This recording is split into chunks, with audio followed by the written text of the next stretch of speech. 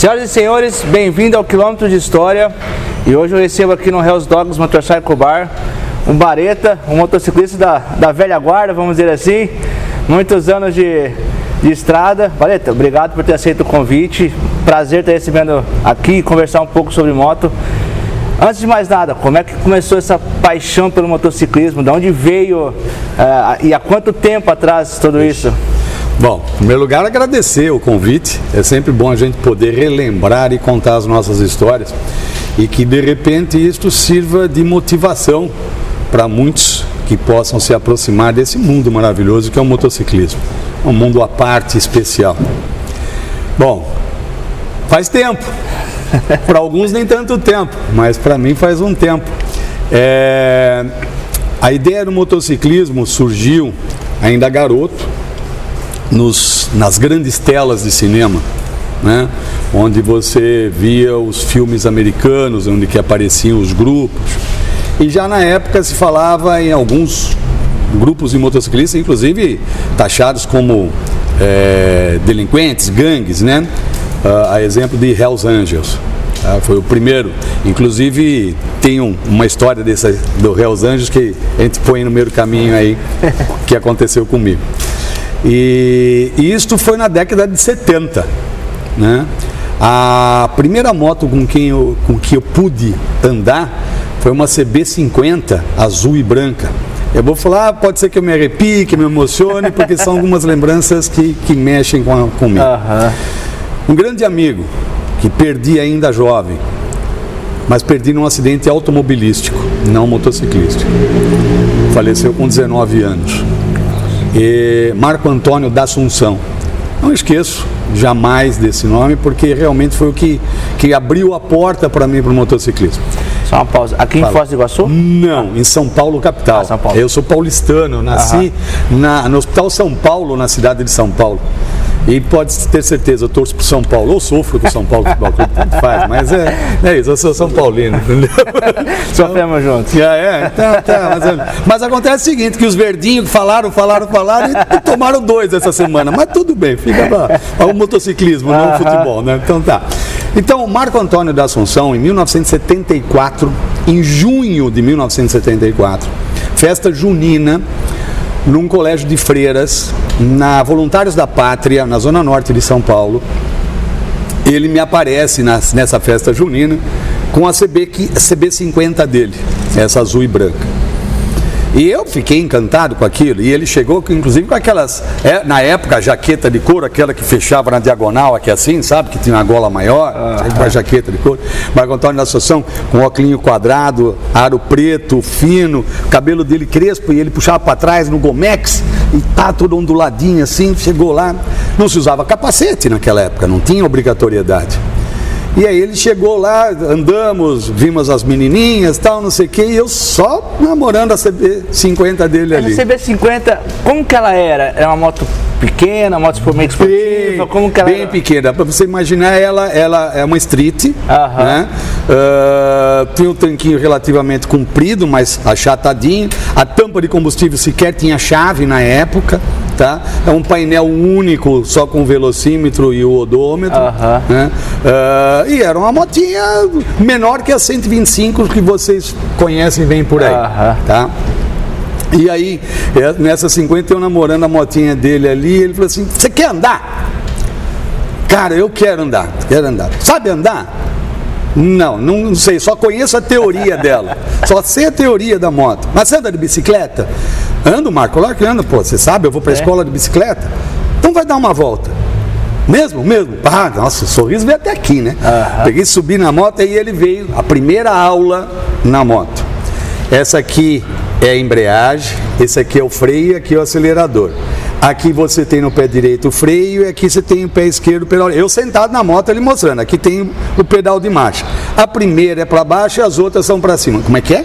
A primeira você pisa no pedal para baixo e as demais você vai erguer de baixo para cima. Então tá bom. Nunca tinha andado, tá? Ligou a moto, pedalzinho, pá, todo contente. Aperta a embreagem, apertei a embreagem. Pisa para baixo, engata a primeira, sai. Você solta a embreagem todinha, né? A moto pula. Ele falou, cara, você tem certeza que você quer andar? Cara, Marco, Quero sim, quero. Então você vai soltar a embreagem devagarinho. Então tá bom, botei a marcha de novo, pedalzinho lá, dá a partida, bota a marcha, vai saindo devagarinho, aí apaga a luzinha verde do painel, né? Aí vai soltando devagarinho, e eu saí com a moto, saí meio que engasgando, e aí não firmando a aceleração, botei uma segunda e saí, e dei a volta no quarteirão e parei de novo. E aí, o que você achou? Gostei. Dá uma volta maior. Posso? Pode. Põe minha jaqueta. Cara, vai vendo, olha o mundo que eu tava chegando. Põe minha jaqueta. Amigo de escola. Botei a jaqueta dele, subi na moto, fui dar uma volta maior com a moto dele. Saí pela Voluntários da Pátria e fui indo em direção a Tiradentes, ao Anhembi. Fiz a volta na rotatória da 14 bis. Estou voltando lá para a moto. Apaga. Desligou, simplesmente parou. E agora? E puxa no pedal e bate nada. E, pô, desci da moto e, cara, a Voluntários era uma subida e eu tô lá, indo, né? Nisso para um cara na época, do meu lado, uma CB200 laranja, porque era laranja e verde na época essas CBs, laranja, e tinha até aquela almofadinha que vinha da tampa do tanque até o assento, uma almofadinha onduladinha assim. Aí o cara para do meu lado e diz assim: o que aconteceu, irmão? Aí o cara nunca me viu e me chamou de irmão. A moto apagou e eu estou empurrando para levar de volta. Não sei o que aconteceu, não sei o que foi. Aí ele baixa a cabeça assim e fala assim: por que você não liga a reserva? De repente seja gasolina. Reserva? Essa torneirinha tem, olha ali, eu peguei, baixei, vira ela para cima. Virei a torneirinha para cima. Tira a tampa do tanque. Para que tirar a tampa do tanque? Ele falou: porque aí você deixa o ar entrar e vai descer melhor o combustível, que se apagou e você forçou, você deixou o ar ali na cuba do carburador. Fecha, fechei. Dá na partida, bati, pegou. Cara, obrigado, valeu. Aí eu tratei: ô irmão, valeu, obrigado, agora eu posso voltar. Puta, devem estar preocupados comigo, já faz uma meia hora que eu estou empurrando a moto. Eu falei: não, eu vou contigo até o primeiro posto de combustível. Mesmo? Então tá bom. Me acompanhou até o primeiro posto de combustível. Na época eu tinha uns pequenos trocados, moleque, 14 anos tinha pouca coisa, mas só que a gasolina também custava nada na época, né? Aí eu peguei aqueles trocados que eu tinha e falei: põe aí o que dá, põe no tanque aí. Cara, ele foi até o posto, esperou eu terminar de abastecer para dizer isso aqui: agora você vira a torneirinha para baixo de novo. Porque ele não tinha falado lá. Agora você vira a torneirinha, eu virei a torneirinha para baixo de novo. E aí fui encontrar com o Marco da Assunção. O Marco da Assunção estava com os cabelos em pé assim já, né? Porque eu saí para dar uma voltinha maior, fazia 1 hora. Então você imagina o desespero do dono da moto. Achou que eu já tinha me bagaçado, já tinha... E tu teve uma aula de motociclismo na primeira volta. Cara, eu tinha 14 anos, eu completei 15 anos no dia 1º de agosto. Isso foi em junho de 74. E aí você encontra uma pessoa, você imagina, naquela época, quem é que pararia para alguém a ideia de que quem andava de moto era bandido, que isso infelizmente persiste até os dias de hoje, e um cara para do teu lado, um estranho, mas ele de moto, te chama de irmão, te socorre, te atende. Eu falei: esse é o mundo que eu quero frequentar, é nisso aqui que eu vou fazer. Eu só fui conseguir ter a minha primeira moto com 18 anos. Antes disso não, porque meu pai inclusive dizia o seguinte: não, moto para você só se você andar com esquife na garupa, andar com caixão na garupa. Eu não vou dar uma moto para você não. Aí o que aconteceu? Eu passei naquela época a trabalhar, porque eu queria a moto.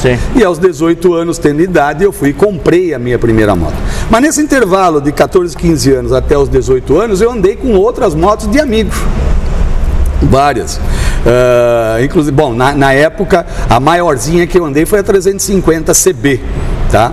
Mas eu andei com essa moto. Mas pra época, essa 350 era um motaço. É isso que eu falo assim, um baita motor, enfim. Não, e outra, as motos grandes na época, você tinha as motos que tinham na época, 50, 125, a 200, a 350, não era, depois veio a 360 CB, mas era a 350, a 500 e a 550 e a 750.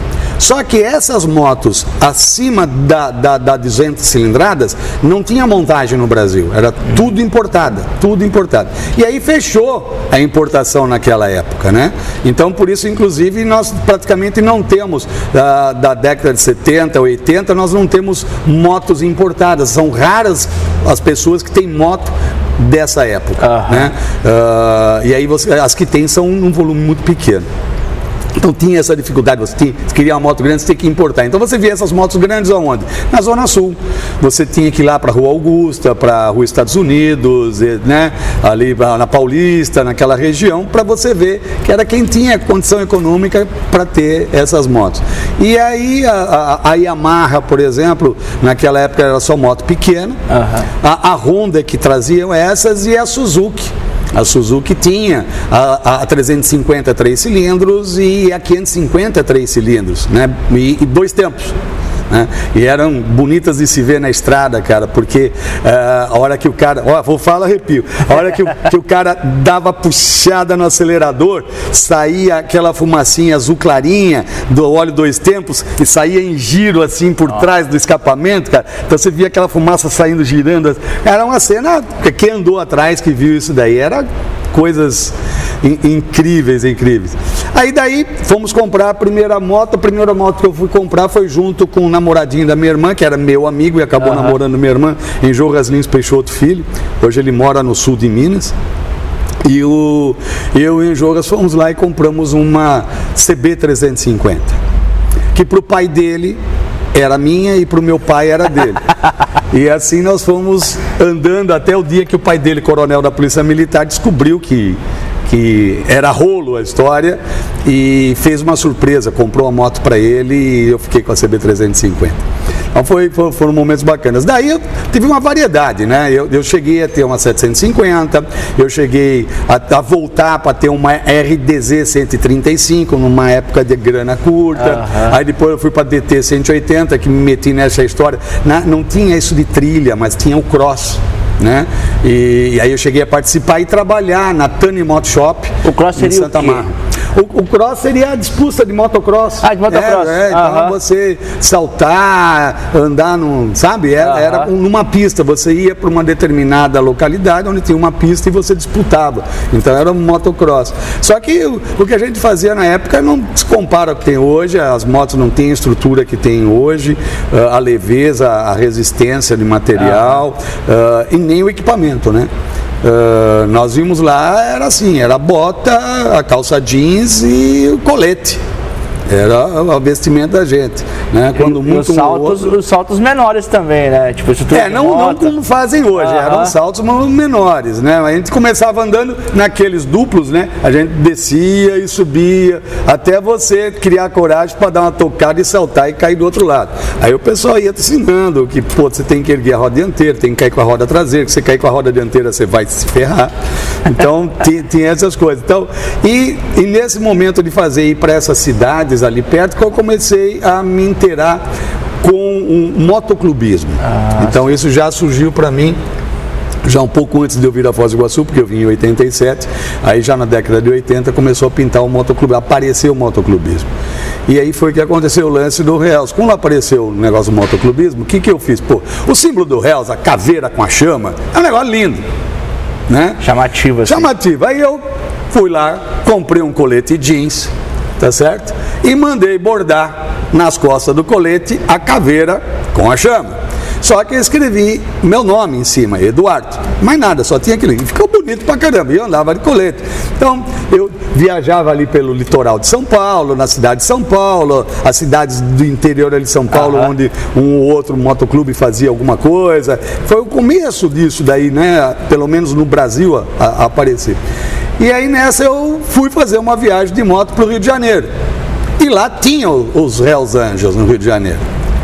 E de repente eu me vi numa situação que eu precisei entregar o colete. Sério? Eu me vi numa situação que eu precisei entregar aquele colete por causa daquela caveira em chamas. Eles pararam você? Pararam mesmo e pararam quem é você, da onde, quem te autorizou, porque isso daqui, não sei o que, você sabe que você pode morrer por causa disso e não sei, desse jeito. Nossa!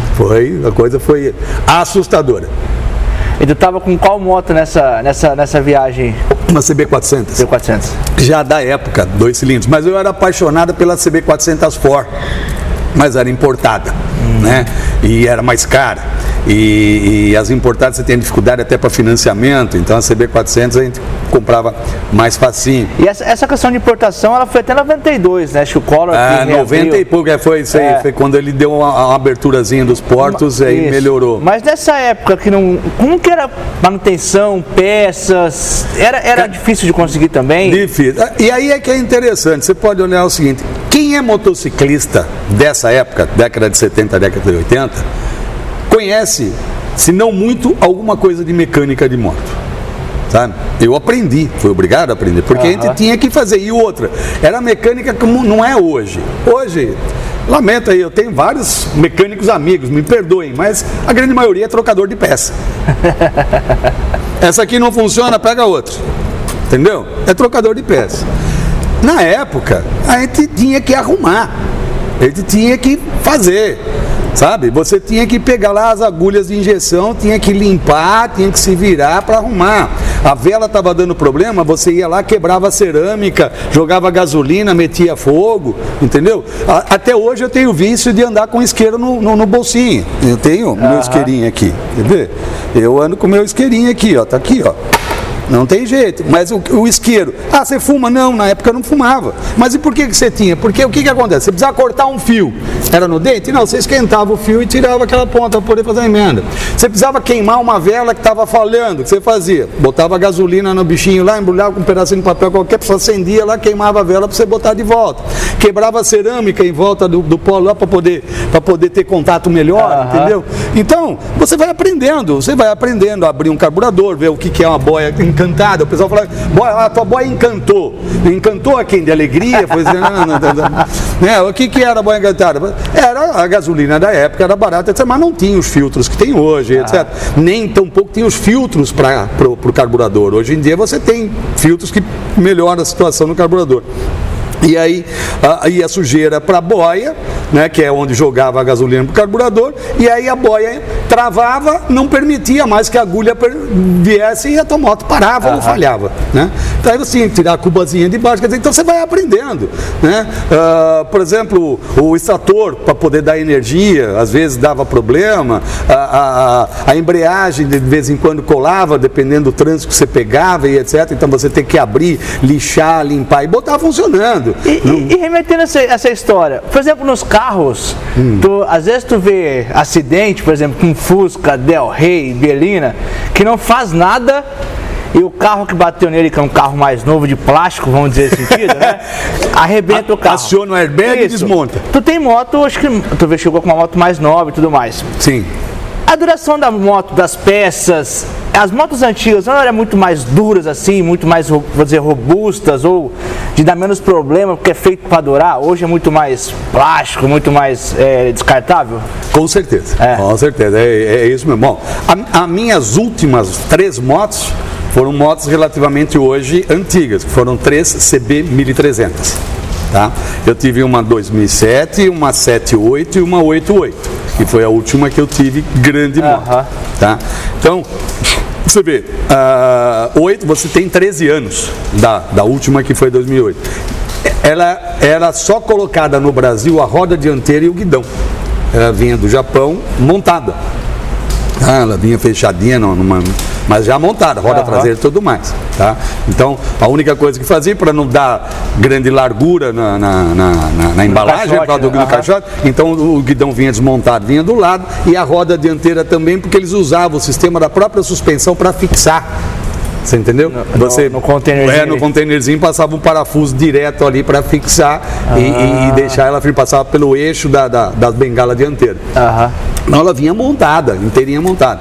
Então são motos que, cara, o que eu fiz nessas motos? Agora eu fiz, a minha primeira, eu vendi para o meu compadre que deu para o filho dele. Eles têm 2 CB 1300. Tá? E essa 77 hoje está com o João Pedro, que é o filho do meu compadre.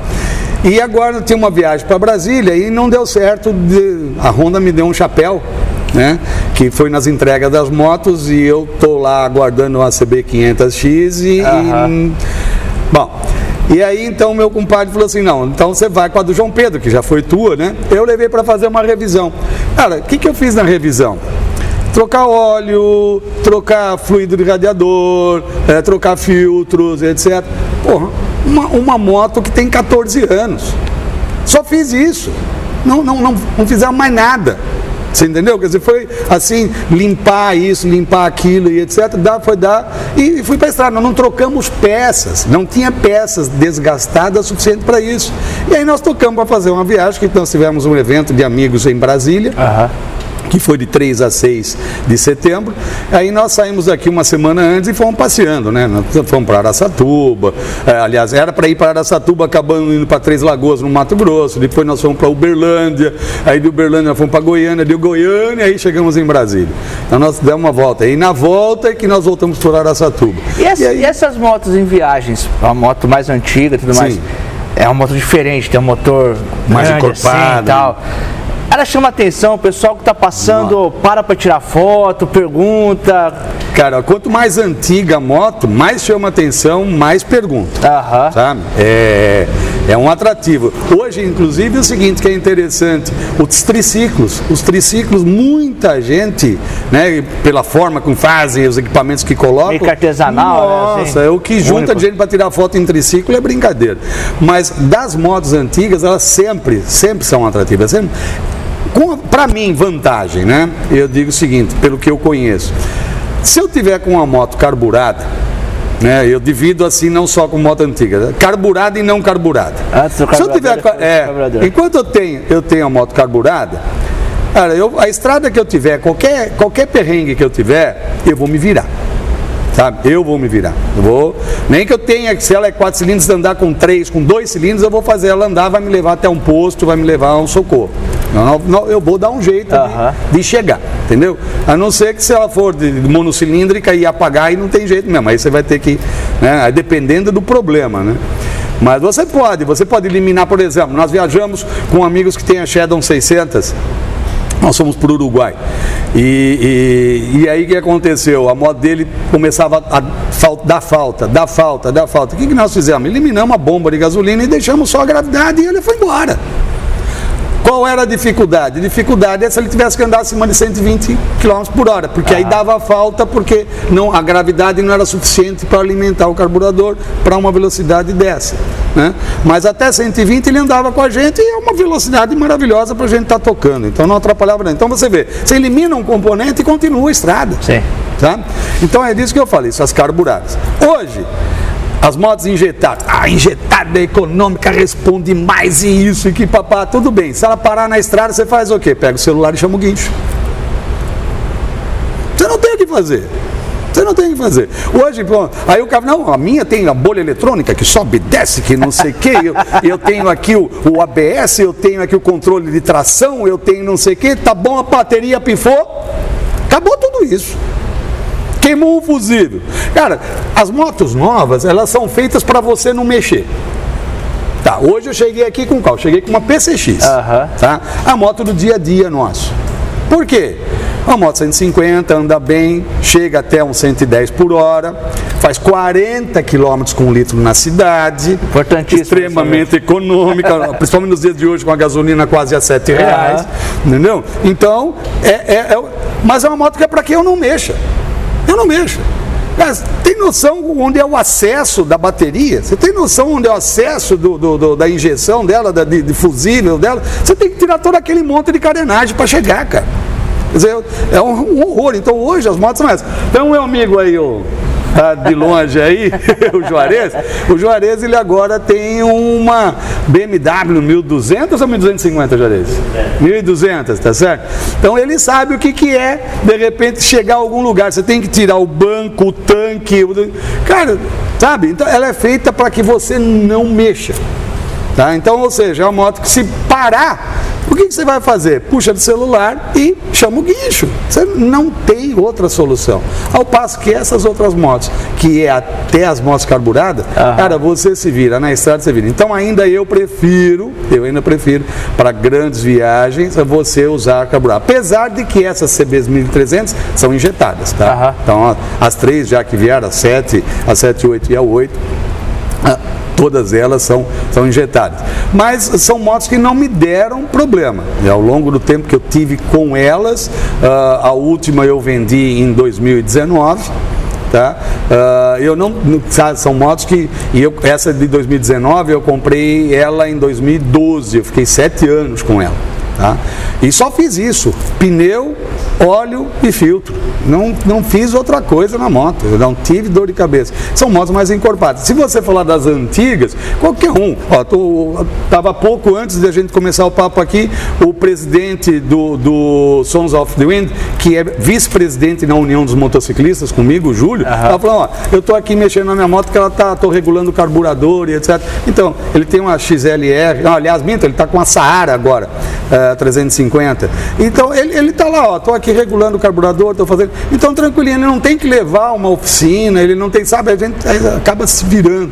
Nas motos antigas você tem essa facilidade, sabe, diferente das motos atuais. E falando em coisas assim, quanto a sequência das tuas motos, quais foram as suas viagens, as primeiras viagens grandes, assim, o que tu tinha de lembrança, assim, de...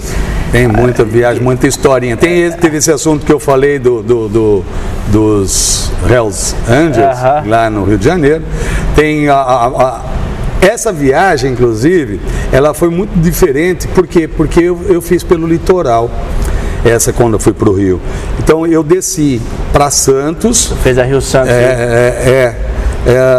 Que parte dela era feita pela praia, pela terra mesmo, não tinha estrada ainda. Eu peguei bons trechos Pegou antes da música do Roberto Carlos. Antes da música do Roberto Carlos, verdade mesmo.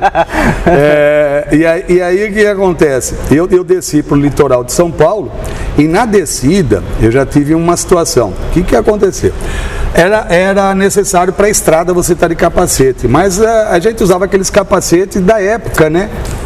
E quando muito um óculos. E que hoje eu digo que mantém a viseira fechada. Cara, as velocidades eram menores também, né? Olha, hoje você fala assim, né? Eu bati lá o 280, bati o 300, etc. Na época cheguei a 140, 160, porque também era o que as máquinas conseguiam fazer.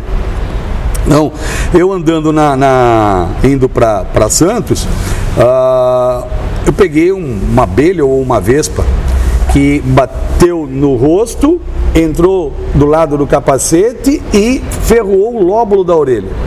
Cara, ninguém sente nada no lóbulo da orelha, tem muita gente que põe brinco e etc, mas você não sabe o que é uma ferroada ou de abelha ou de vespa no teu lóbulo da orelha. Pô! Cara, o susto, a dor, e eu dei uma chacoalhada na estrada, liguei o pisco, saí pro acostamento, joguei o capacete, e aquela porra queimando e inchando, cara, foi já um desespero. E ali, o que é que você vai fazer para amenizar isso daqui, cara? Não tem ali, era esperar realmente, dar um tempo, tá? Hoje já tem gente, põe um gelo, faz isso, faz aquilo. Não, na época não tinha conhecimento para isso. Pô, passado um pouquinho a dor, mete o capacete, segue viagem. Aí tu desce até o litoral e aí começa os primeiros perrengues, pegar trechos que nós saímos ali de Santos, você vai para Caraguatatuba, se eu não me engano, Ubatuba, e aí depois você vai você vai para aquela São Sebastião, você vai para ir descendo para o Rio de Janeiro. Então trecho tinha estrada, trecho você andava à beira-mar, andava na terra mesmo. Tá? E aí foi quando eu cheguei ao Rio e tive essa surpresa andando na cidade lá. Então, dentre essas, tem N outras viagens que, por exemplo, nós fizemos com um grupo. Nessa época, nós fizemos, que eu falei que nós fomos lá para o Uruguai, por exemplo. Nós fomos primeiro lugar ao aniversário de um amigo em Candiota. Ele fazia 50 anos. E nessa viagem eu fui com uma moto adaptada. Era o quadro de uma CB 750 com um motor da GSX, da Suzuki, e customizada. Então era uma moto custom 4 cilindros. Mas tu já pegou ela assim ou tu montou? Aí que tá, ela estava semi-pronta e eu e esse meu compadre Jacaré que a gente acabamos, né? Botamos ela funcionando, tá? Ele pegou na cidade de Cianorte essa moto. E aí nós botamos ela funcionando, ajeitando, e aí fomos fazer essa viagem. E o meu compadre teimoso, eu falei, cara, essa moto daqui, esse tanque aqui, nós vamos ter que abastecer a cada 150 km, não dá para ser 200, não tem jeito. Não, dá 200 sim, porque, pô, vai estar tranquilo, porque, cara, nós estamos falando de uma moto 4 cilindros, o motor não vai, não, fica tranquilo, mas aqui. Bom, até que ele compreendesse isso, 4 panes secos. 4 panes secos. E a pior, a primeira, que como é que você vai transferir o combustível para o outro tanque? Mangueirinha até tinha, mas ninguém tinha um invólucro para isso. Aí anda na beira da estrada com o pessoal, aí acharam uma caixinha dessas de suco, né? Sim. Aí joga um pouco, lava, põe ali na caixinha de suco e depois colocava no tanque da moto para poder chegar a algum lugar. Então, 4 dessas. E além disso, nós tivemos essa situação da bomba da moto do Sampaio, que parou de funcionar, não teve jeito, nós tivemos que desabilitar. Tu falou da 750 a 7 galo. Isso, certo. 7 galo. Por que tu acha que tem essa... Tu falou de várias motos antigas, sim. Né?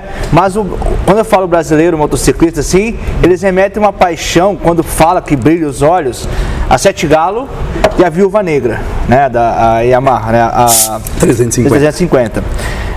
Tu que teve a 7 galo, né? E tive a 350. E teve a 350, tá.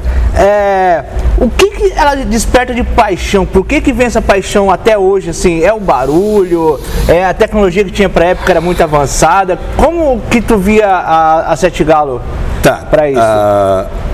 Os olhos brilham mais pela CB 1050. 1050. A CBX 1050, 6 cilindros. Você sentava na moto e via dois cilindros para cada lado, além do tanque que era enorme, tinha mais 2 cilindros que você via aqui praticamente do lado. Meu compadre também teve uma dessas.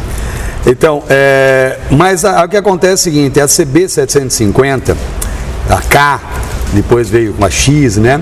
Então a 750K era aquela que só 750 e um amigo meu chama de asa de frango, né? O símbolo da Honda embaixo do 750, que ficava no cobre filtro, né? Na tampinha lateral.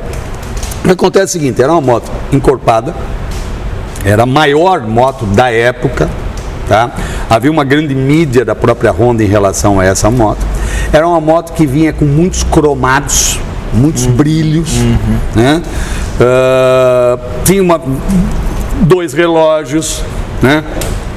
Um relógio de contagiro, o relógio de velocímetro, no centro um painel de luzes, um neutro, pisca, farol alto, o azulzinho, entendeu? Então era uma moto que chamava atenção, chama atenção.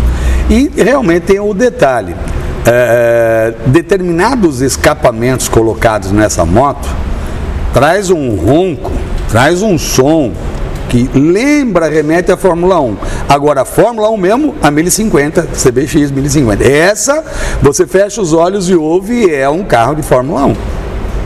O ronco é da Fórmula 1, a CB 1050, o ronco dela, 6 cilindros, remete mesmo o som a um carro de Fórmula 1. Mas a 750 lembra muito.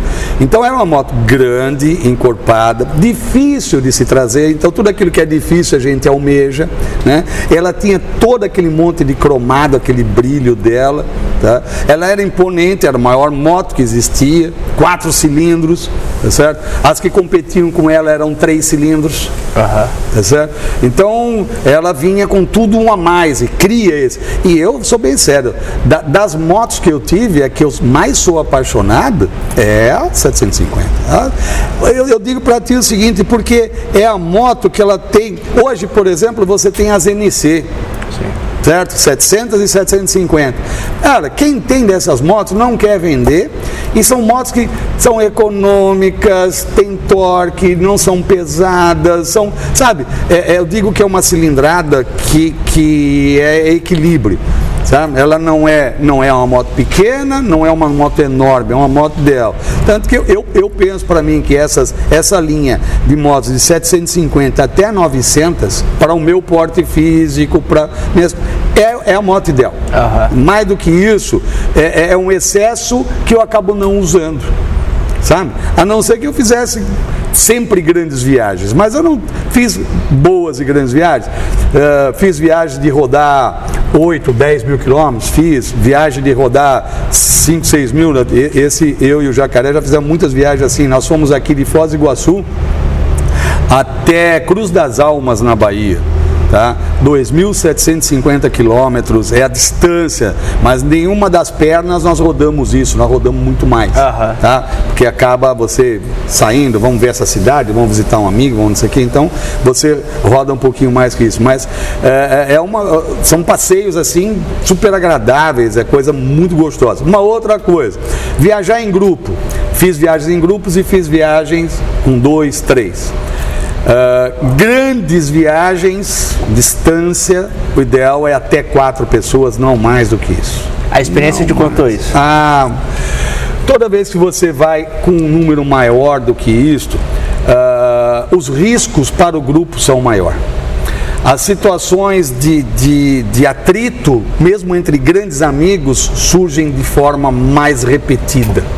Mesmo você viajando com 3, 4, tá? Você tem aquele que foi no banheiro e demorou, foi abastecer e aí resolveu comer um negócio e nós tínhamos que dar área, entendeu? Então, mesmo em 3, 4, chega na hora no hotel, tem aquele que não quer pegar um quarto quádruplo. Então, mesmo com grande amizade, você tem esses perrenguezinhos, né? Quando você amplia o número de pessoas, você aumenta a probabilidade dessas situações. Então eu tinha situações do seguinte, você quer ser tabagista, quer ser fumante, tudo bem, mas na estrada não, mas não adianta. Não adianta. E o pior de tudo, o que mais me incomoda, é você estar num grupo grande, você está na estrada, para no posto, quantas bombas funcionam? Uma. Aí você forma aquela fila com 10, 12 motos para abastecer, vai uma. Pedágio, é esse incômodo. Apesar que nós adotamos a ideia de ter o pagador, né? Então você bota a grana no cara, o cara vai, paga e libera, o que acelera um pouco o processo de pedágio. Mas não deixa de ser um em um. Não deixa de ser um em um. Tem que esperar a cancela baixar, subir, entendeu? Então já tem essa questão. Aí no posto a fila lá vai abastecendo. Aí você quer ver eu ficar puto da vida? É o porra do colega, acabou de abastecer, ele entra, pede um pão de queijo, um café e acende um cigarro. Todo mundo pronto e braço cruzado, esperando o cara terminar de fumar aquela porra do cigarro, entendeu? Para subir nas motos e tocar a estrada, sabe? Então, eu não nada contra, quer ser, mas na estrada não. Quando você chegar, quando a gente paramos, então agora você vai, fuma um maço. Entendeu? O pulmão é teu. Não vai, mas não na estrada, não cause isso, sabe? A não ser que o seguinte, vamos dizer que você está num grupo onde os 12 são, então os caras vão ter que se aceitar. É isso. Mas o ideal é que não, né? Que a gente possa seguir a viagem com mais tranquilidade. E tô voltando um pouquinho antes de falar de mais viagens, né? É que eu tenho curiosidade bastante. Mas falando você falou de equilíbrio, de excessos, né? A RD 350, né? Ou de não ter fim. Como que ela era para pilotar? Tu passou susto com ela? Ela era essa violência mesmo para moto pequena? Eu tive as duas, tá? Uma por menos tempo, outra por mais tempo. Por que eu digo as duas? Porque teve a Yamaha 350, Viúva Negra. E depois veio a RD 350 da Yamaha, carenada, e que o pessoal também chamou de Viúva Negra, mas é equívoco. Essa não é a Viúva Negra. Eu tive a Viúva Negra. Qual é? Não, essa não é a Viúva. A Viúva Negra é anterior. Por que anterior? Porque ela é da época da década de 70, 80. Era, vamos dizer assim, a moto maior que a Yamaha tinha, daqui no Brasil na época. E o que acontecia? É uma moto com freio tambor. Ela pulava na frente da 750. Andava junto da 750 até seus 140 km por hora, que era quase sua velocidade final. E aí a 750 acabava indo. Mas a 750 ia buscar a RD, a 350 Viúva Negra. Ela ia buscar. Não é que a RD ia... Não, ao contrário. A RD ia, a 350 ia, a CB 750 ia buscar. Não era nem CB, não, porque a 750 ia buscar.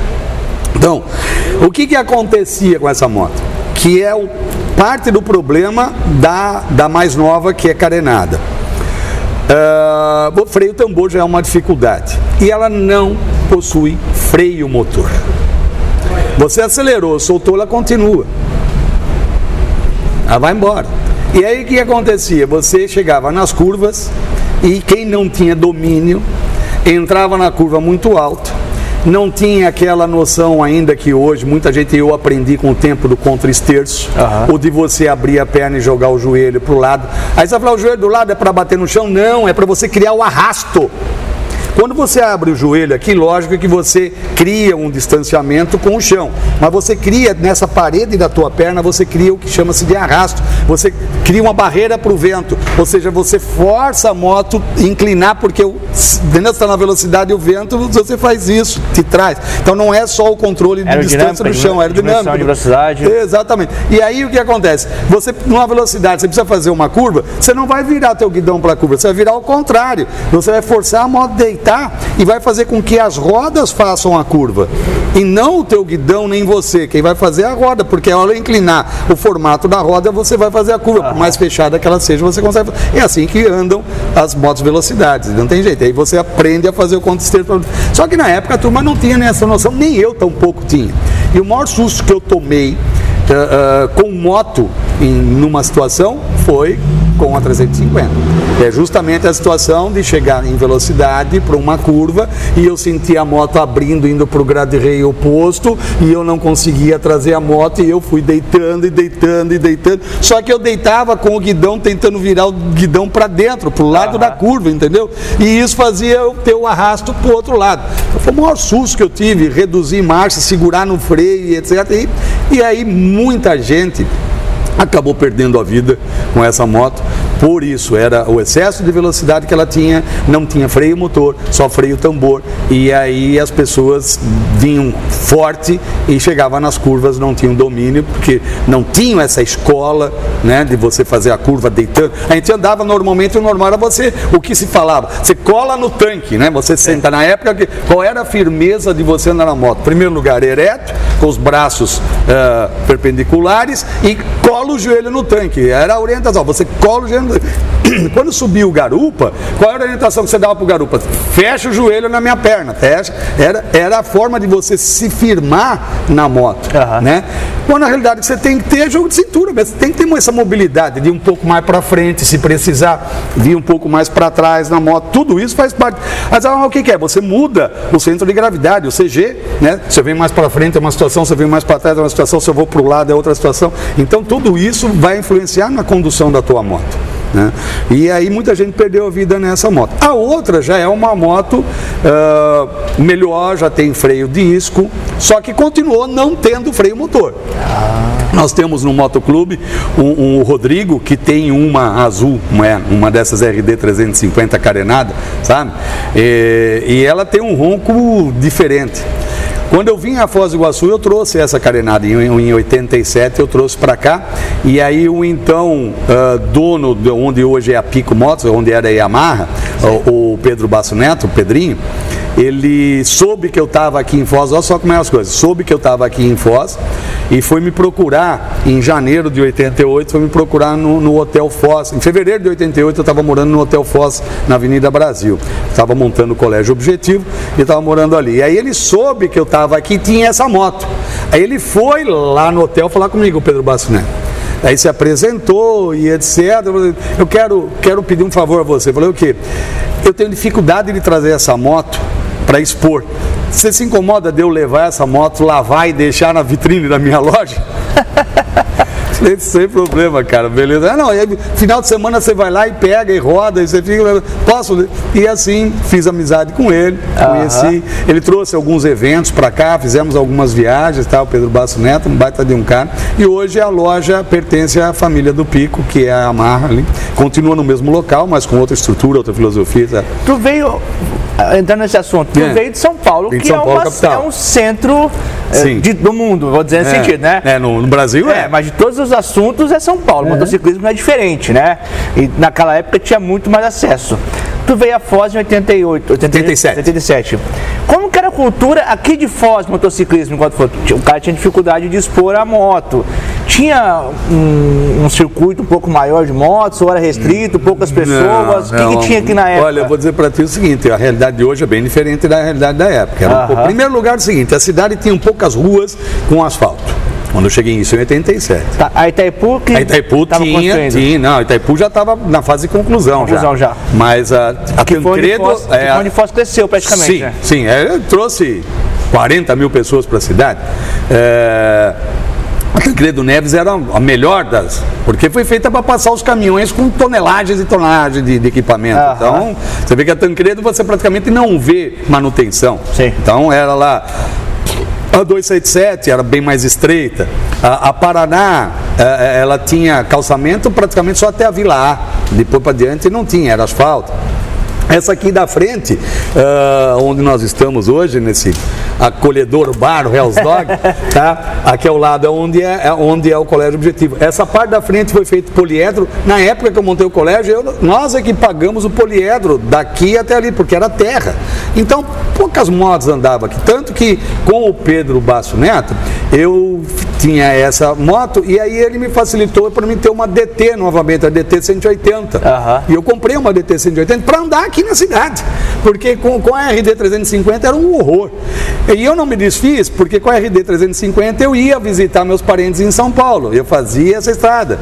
Então, é aquela história, 1.100 e quebradinhos para chegar de casa a casa, né, daqui de Foz do Iguaçu até a casa dos meus pais lá em São Paulo, na Casa Verde, dava 1.100 e quebradinho, não lembro exatamente, 1.107, 1.108, 1.105, por aí, que dava daqui até lá. Eu fazia com RD em 10 horas e meia, 11 horas, isso porque tinha que parar para abastecer. Só que aí é que acontecia, não tinha pedágio, não tinha pardal, não tinha lombadas, que tem um monte de lombadas nas cidades. Você pegava a Castelo, quando você chegava na Castelo era um sonho. Eu andava o que dava na Castelo ali. A Castelo... Já era duplicada ou ainda não? Sim, quadruplicada. Acostamento de um lado, acostamento do outro, e a maior parte tem duas pistas no sentido para São Paulo e no sentido contrário a mesma coisa. E tem trechos que tem mais pistas, além dos acostamentos. Então, é um show. Além de que, na época, os poucos pedágios que tinham na Castelo, a moto era liberada. E aí tinha a pista da direita para você ir embora direto. Entendeu? Então, eu não sei nem se hoje cobro, faz tempo que eu não passo na Castelo, não sei como é que tá. Eu sei que houveram vários movimentos e etc, não sei como é que tá, não vou te precisar. Mas, cara, fazia 10 horas e meia, 11 horas para fazer isso. Então, você imagina a velocidade média que a gente andava. Isso uma vez por mês? A cada 3 meses. 3 meses. A cada 3 meses. Então, por isso eu mantive a RD aqui comigo e tinha a DT 180, que era a minha moto do dia a dia, que eu ia trabalhar, que eu ia fazer as coisas, porque a grande maioria da... Cara, aqui, todo esse aqui, o Jardim Central, essa região aqui, onde foi a primeira casa que eu comprei aqui em Foz, ali no Jardim Central, atrás da mesquita. A mesquita ainda não tinha nem os minaretes na época, estavam terminando a cúpula, era terra, até pouco tempo atrás era poliedro, você entendeu? Então, foi feito o asfalto porque foi feito o hospital, então as ruas eram assim. Então o ideal para você andar não era uma moto street, era uma moto trail, né? Então por isso peguei a DT 180. Mas na época você tinha aqui as duas concessionárias, a Yamaha e a Honda, tão somente, não mais que essas duas. A Honda ficava para baixo da Yamaha, do mesmo lado, na mesma rua, mas 2 quadras antes, era numa casinha pequena, e inclusive o gerente era o Alex. E ali, nesse momento, ali começou eu a frequentar as duas casas, né, de motos, porque ligado ao moto, frequentando as duas, foi aí que fui conhecendo mais gente, mas eram poucas motos. Quem tinha moto aqui eram alguns empresários e o pessoal de Itaipu que vinha de fora. Então, e aí começou um movimento na época, juntando tanto o pessoal de trilha, as streets e as customs, para se formar o primeiro motoclube de Foz do Iguaçu. Existe até hoje o motoclube? Sim, o Quatis das Cataratas. O Quatis. Quatis das Cataratas. Eu tive a grata satisfação de redigir a ata de fundação. Né? Eu e um outro colega advogado redigimos a ata de fundação do Motoclube Quatis das Cataratas, tá? Essas foram feitas as reuniões e organizado, juntou todo mundo, 70 e poucas pessoas. 90 já? Sim, 98, 99, já quase 2000, mas não foi nessa época. Aí fundou-se com 70 membros aproximadamente o Motoclube Quatis das Cataratas. E fez-se como um motoclube, com ata de fundação, registro, entrou-se com documentos. A Quatis das Cataratas, o Motoclube Quatis é marca registrada fizemos o registro, tem CNPJ, é realmente um motoclube com estatuto, com toda a formação, como se manda o figurino de uma entidade dessa. E existe até hoje eles devem estar aí com 20 e poucos membros, etc.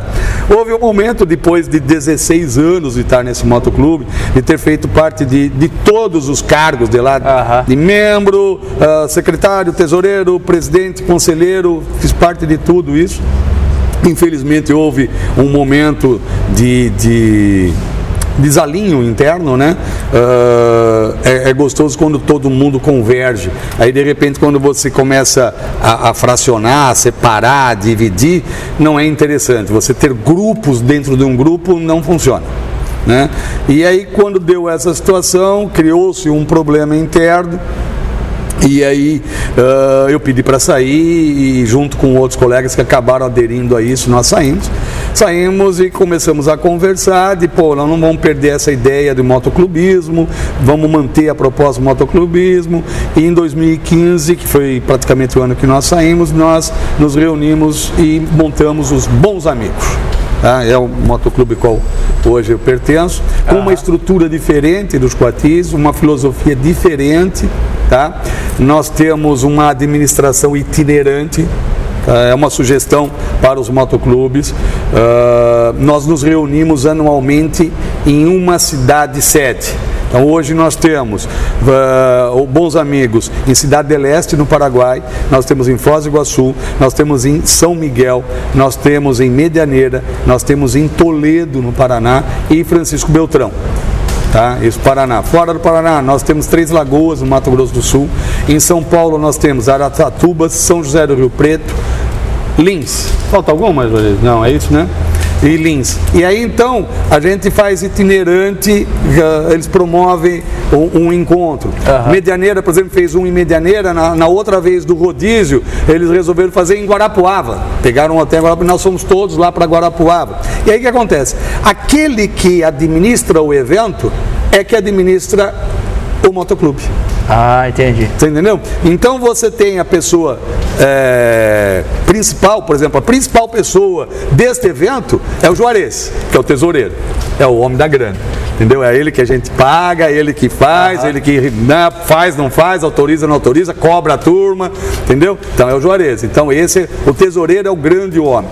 Além do tesoureiro, aí você faz um grupo de trabalho, onde você tem lá 2, 3 pessoas que vão cuidar da logística, qual hotel que vão ficar, qual passeio, qual alimentação, se vai contratar banda, se vamos fazer uma camisa, nós fazemos uma camisa própria para o evento. Então vai ter um brinde, o próprio Juarez conseguiu fazer um preço maravilhoso, caneca de chopp, caneca de café, com o nome de cada membro na caneca de chopp, o nome da esposa na caneca de café. Então, sabe, a gente vai fazendo essas coisas acontecerem. Aí no evento, nesse encontro que nós fazemos, que é anual, lá se decide quem é o próximo. Aí você transfere todo o poder de administração no motoclube a esses. Eles elegem lá um tesoureiro e montam esse conselho e funciona. Então, não tem assim uma eleição de presidência e etc. Então ele é itinerante, tá? Então hoje, por exemplo, eu represento o motoclube como presidente, mas na realidade eu represento porque sou um dos fundadores. Sim. Tá certo? Então, normalmente quando chamam para uma entrevista, chamam para falar alguma coisa, ou para representar, ou para participar de uma reunião na prefeitura, ou algo assim, acabam encaminhando para mim por ter sido um dos fundadores, tá? Mas vamos assim, exerço quase que uma posição de presidência, mas não é o presidente. Ainda nesse ciclo de motoclubes, a UNF, quando que foi criada? É a União dos Motociclistas de Foz do Iguaçu.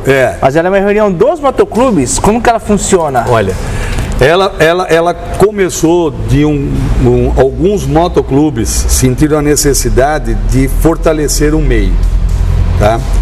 E eles se reuniram, se eu não me engano é 2016, é isso? 16, está no bota, 16. Nós fundamos o Bons Amigos em 15, em 16 foi fundado a União dos Motociclistas. E aí, esses que se uniram começaram a convidar todos os motoclubes para fazer algo inicialmente para conscientização no motociclista, porque já havia um índice muito grande de acidentes na cidade principalmente, e para que a gente pudesse fazer algumas comemorações com mais força.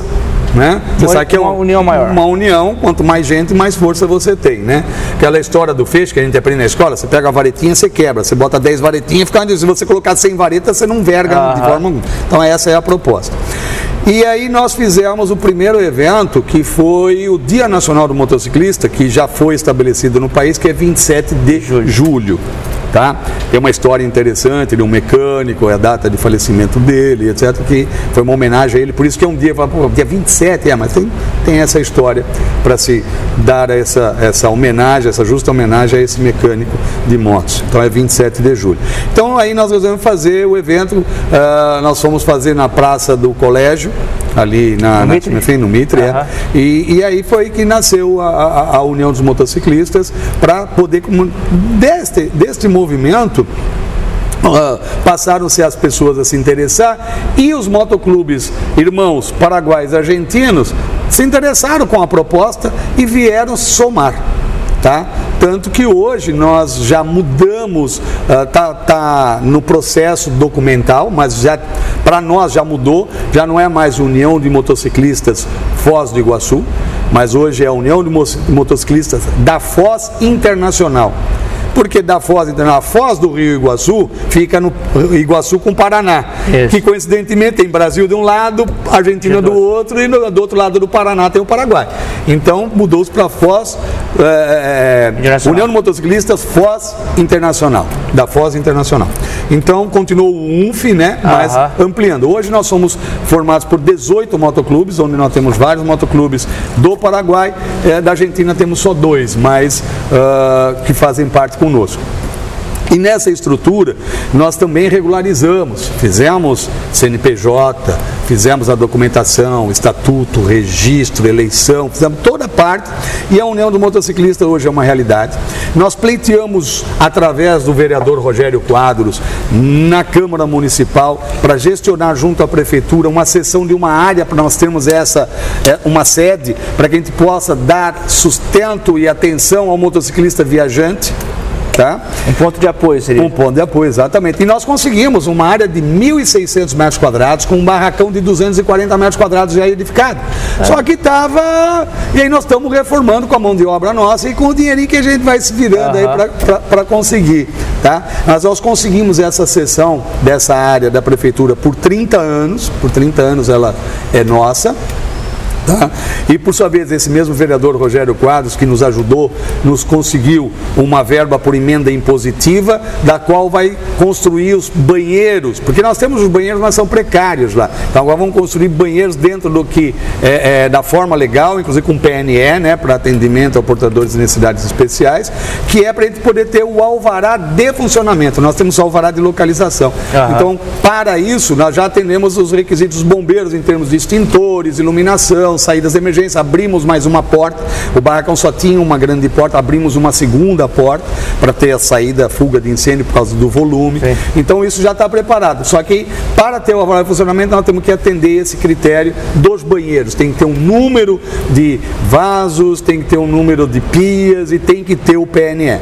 Então, graças a essa parceria... Mas o planejamento é que em 22... 22 nós estamos com a alvará. A ideia é de que, concluído o banheiro, que deve começar as obras em janeiro do ano que vem, concluídas essas obras, nós já damos uma entrada no pedido de alvará de funcionamento, e aí com o alvará de funcionamento nós podemos começar a realizar eventos para terceiros. Hoje, eu tenho condição de fazer internamente entre os seus membros, mas abrir a público eu preciso ter a documentação, que é o alvará de funcionamento. Então, aí tendo esse alvará, eu posso fazer grandes eventos na localização. Por enquanto, nós estamos recebendo irmãos. Recente agora, essa semana, foram embora ontem, ficaram por 4 dias, 4 irmãos do Rio de Janeiro e um do Pará. Ficaram hospedados lá conosco. Então nós temos uma estrutura precária, mas dá para receber, garantir tranquilidade e a custo zero para essas pessoas. entendeu? Então, além de temos proposta de adquirirmos uma carretinha, que é justamente para o irmão que teve uma dificuldade, botar no engate e ir lá socorrer o irmão, entendeu? Então, nós queremos ter uma carretinha na UNF. Uma estrutura toda voltada para o apoio ao motociclista. Apoio ao motociclista. E, inclusive, fazendo alguns eventos. Nós tivemos motociclistas que se acidentaram e que nós fizemos eventos internos com rifa e etc, para conseguir verba para ajudar na cirurgia, ajudar na compra de uma cadeira de roda, ajudar na manutenção de um companheiro. Nós temos aí um rapaz que não faz parte da UNF, eles começaram, o pessoal dos abutres, eles faziam parte mas teve um problema interno com os abutres e hoje eles são proibidos de fazer participação de outra e qualquer agremiação em termos de grupo, mas eles são grandes apoiadores nossos, eles participam dos nossos eventos e tudo. E aí nós fizemos para um dos membros que se acidentou de moto, ele com a namorada, nós fizemos rifa, nós fizemos apoio, etc. Então, tudo que a gente pode fazer ao nosso alcance, de colaborar com o motociclista, nós procuramos fazer. É claro que isso vem de educação, caráter, todo o aprendizado que tu teve.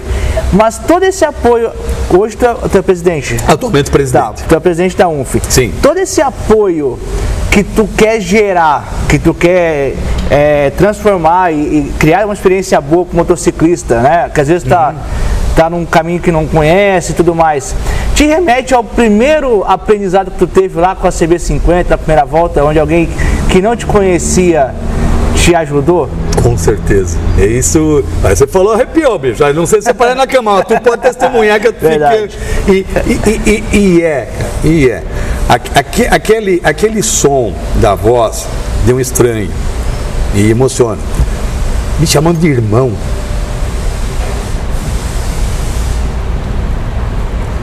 Faz com que eu até hoje. Nós estamos falando de 37 anos. Isso? Não, mais. 74? Isso daí foi em 74. 47 anos. 47 anos e tu se recorda e me passo a passo. Emociono disso, entendeu? Porque realmente você ter alguém, hoje em dia, você vê alguém parando para socorrer um carro na estrada? Difícil. Mas se tiver uma moto, você pode ter certeza que você vê alguém parando para socorrer. Domingo agora eu passei por isso. Eu parei para ajudar eu parei 3 vezes para mexer de moto. Eu nunca tive o costume de mexer na minha moto porque eu não precisava. Tenho uma Shadow 750, mas nunca necessitei. Saí de Foz domingo para Jaraguá do Sul, domingo agora. Em Santa Teresa, 3 motos paradas de um lado e uma em cima do guincho. Aí parei para ver se precisava de ajuda, pneu furado. Aí o pedaço te deixa num posto e te vira, né? Aí ajudei a desmontar os pneus, foram em Cascavel, trazeram o pneu, montamos, fomos embora. Chegamos em Cascavel, nos separamos, que eu ia para Jaraguá, eles ficaram em Cascavel. Aí encontrei um casal com uma Twister, com a corrente fora da coroa. Aí já fui lá, ajudei a puxar a corrente, ajustamos a roda e partimos. Aí 10 da noite em Laranjeiras foi minha vez. Queimou o farol baixo, daí depois queimou o farol alto, tipo, chegando no posto. Aí vai desmontar o farol e tudo mais, né? E tive ajuda, daí um cara me conseguiu uma lâmpada, né? Que foi o principal.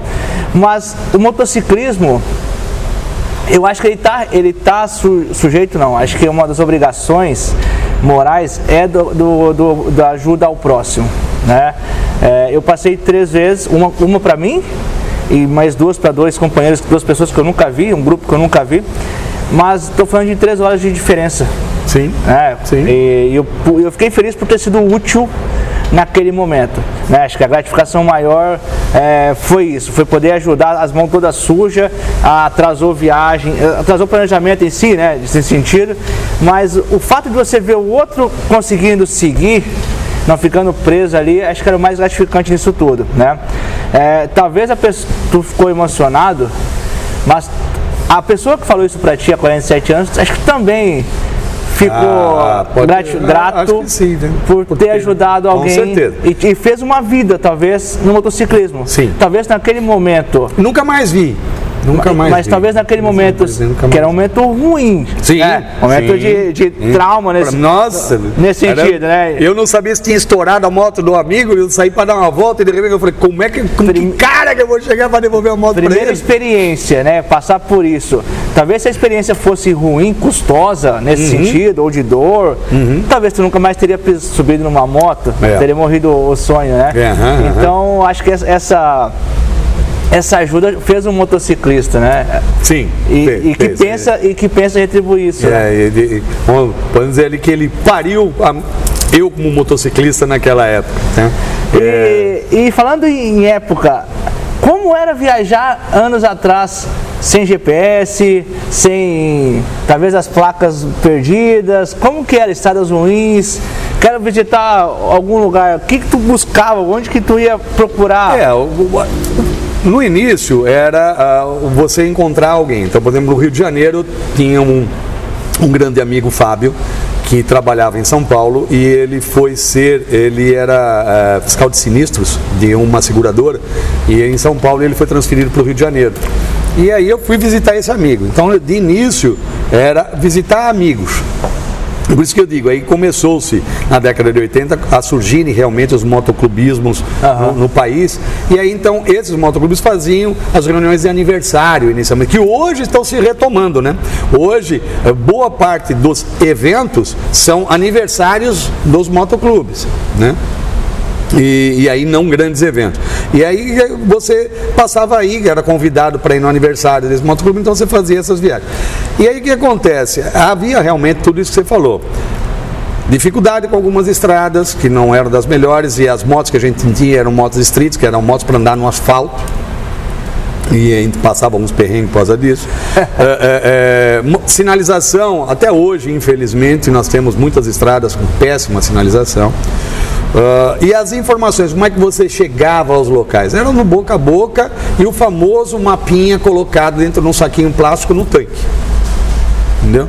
Então o meu objetivo era lá, você desenhava mais ou menos a estrada, colocava as cidades por onde você ia passar, entendeu? Botava no saquinho plástico, fita adesiva, colocava no tanque de combustível, aquele era o teu GPS. E perguntando a cada abastecimento, cada vez que você parava para abastecer, ou que você entrava numa cidade, porque muitas das estradas, e até hoje assim, passa por dentro da cidade. Sim. E aí, onde é que continua a estrada?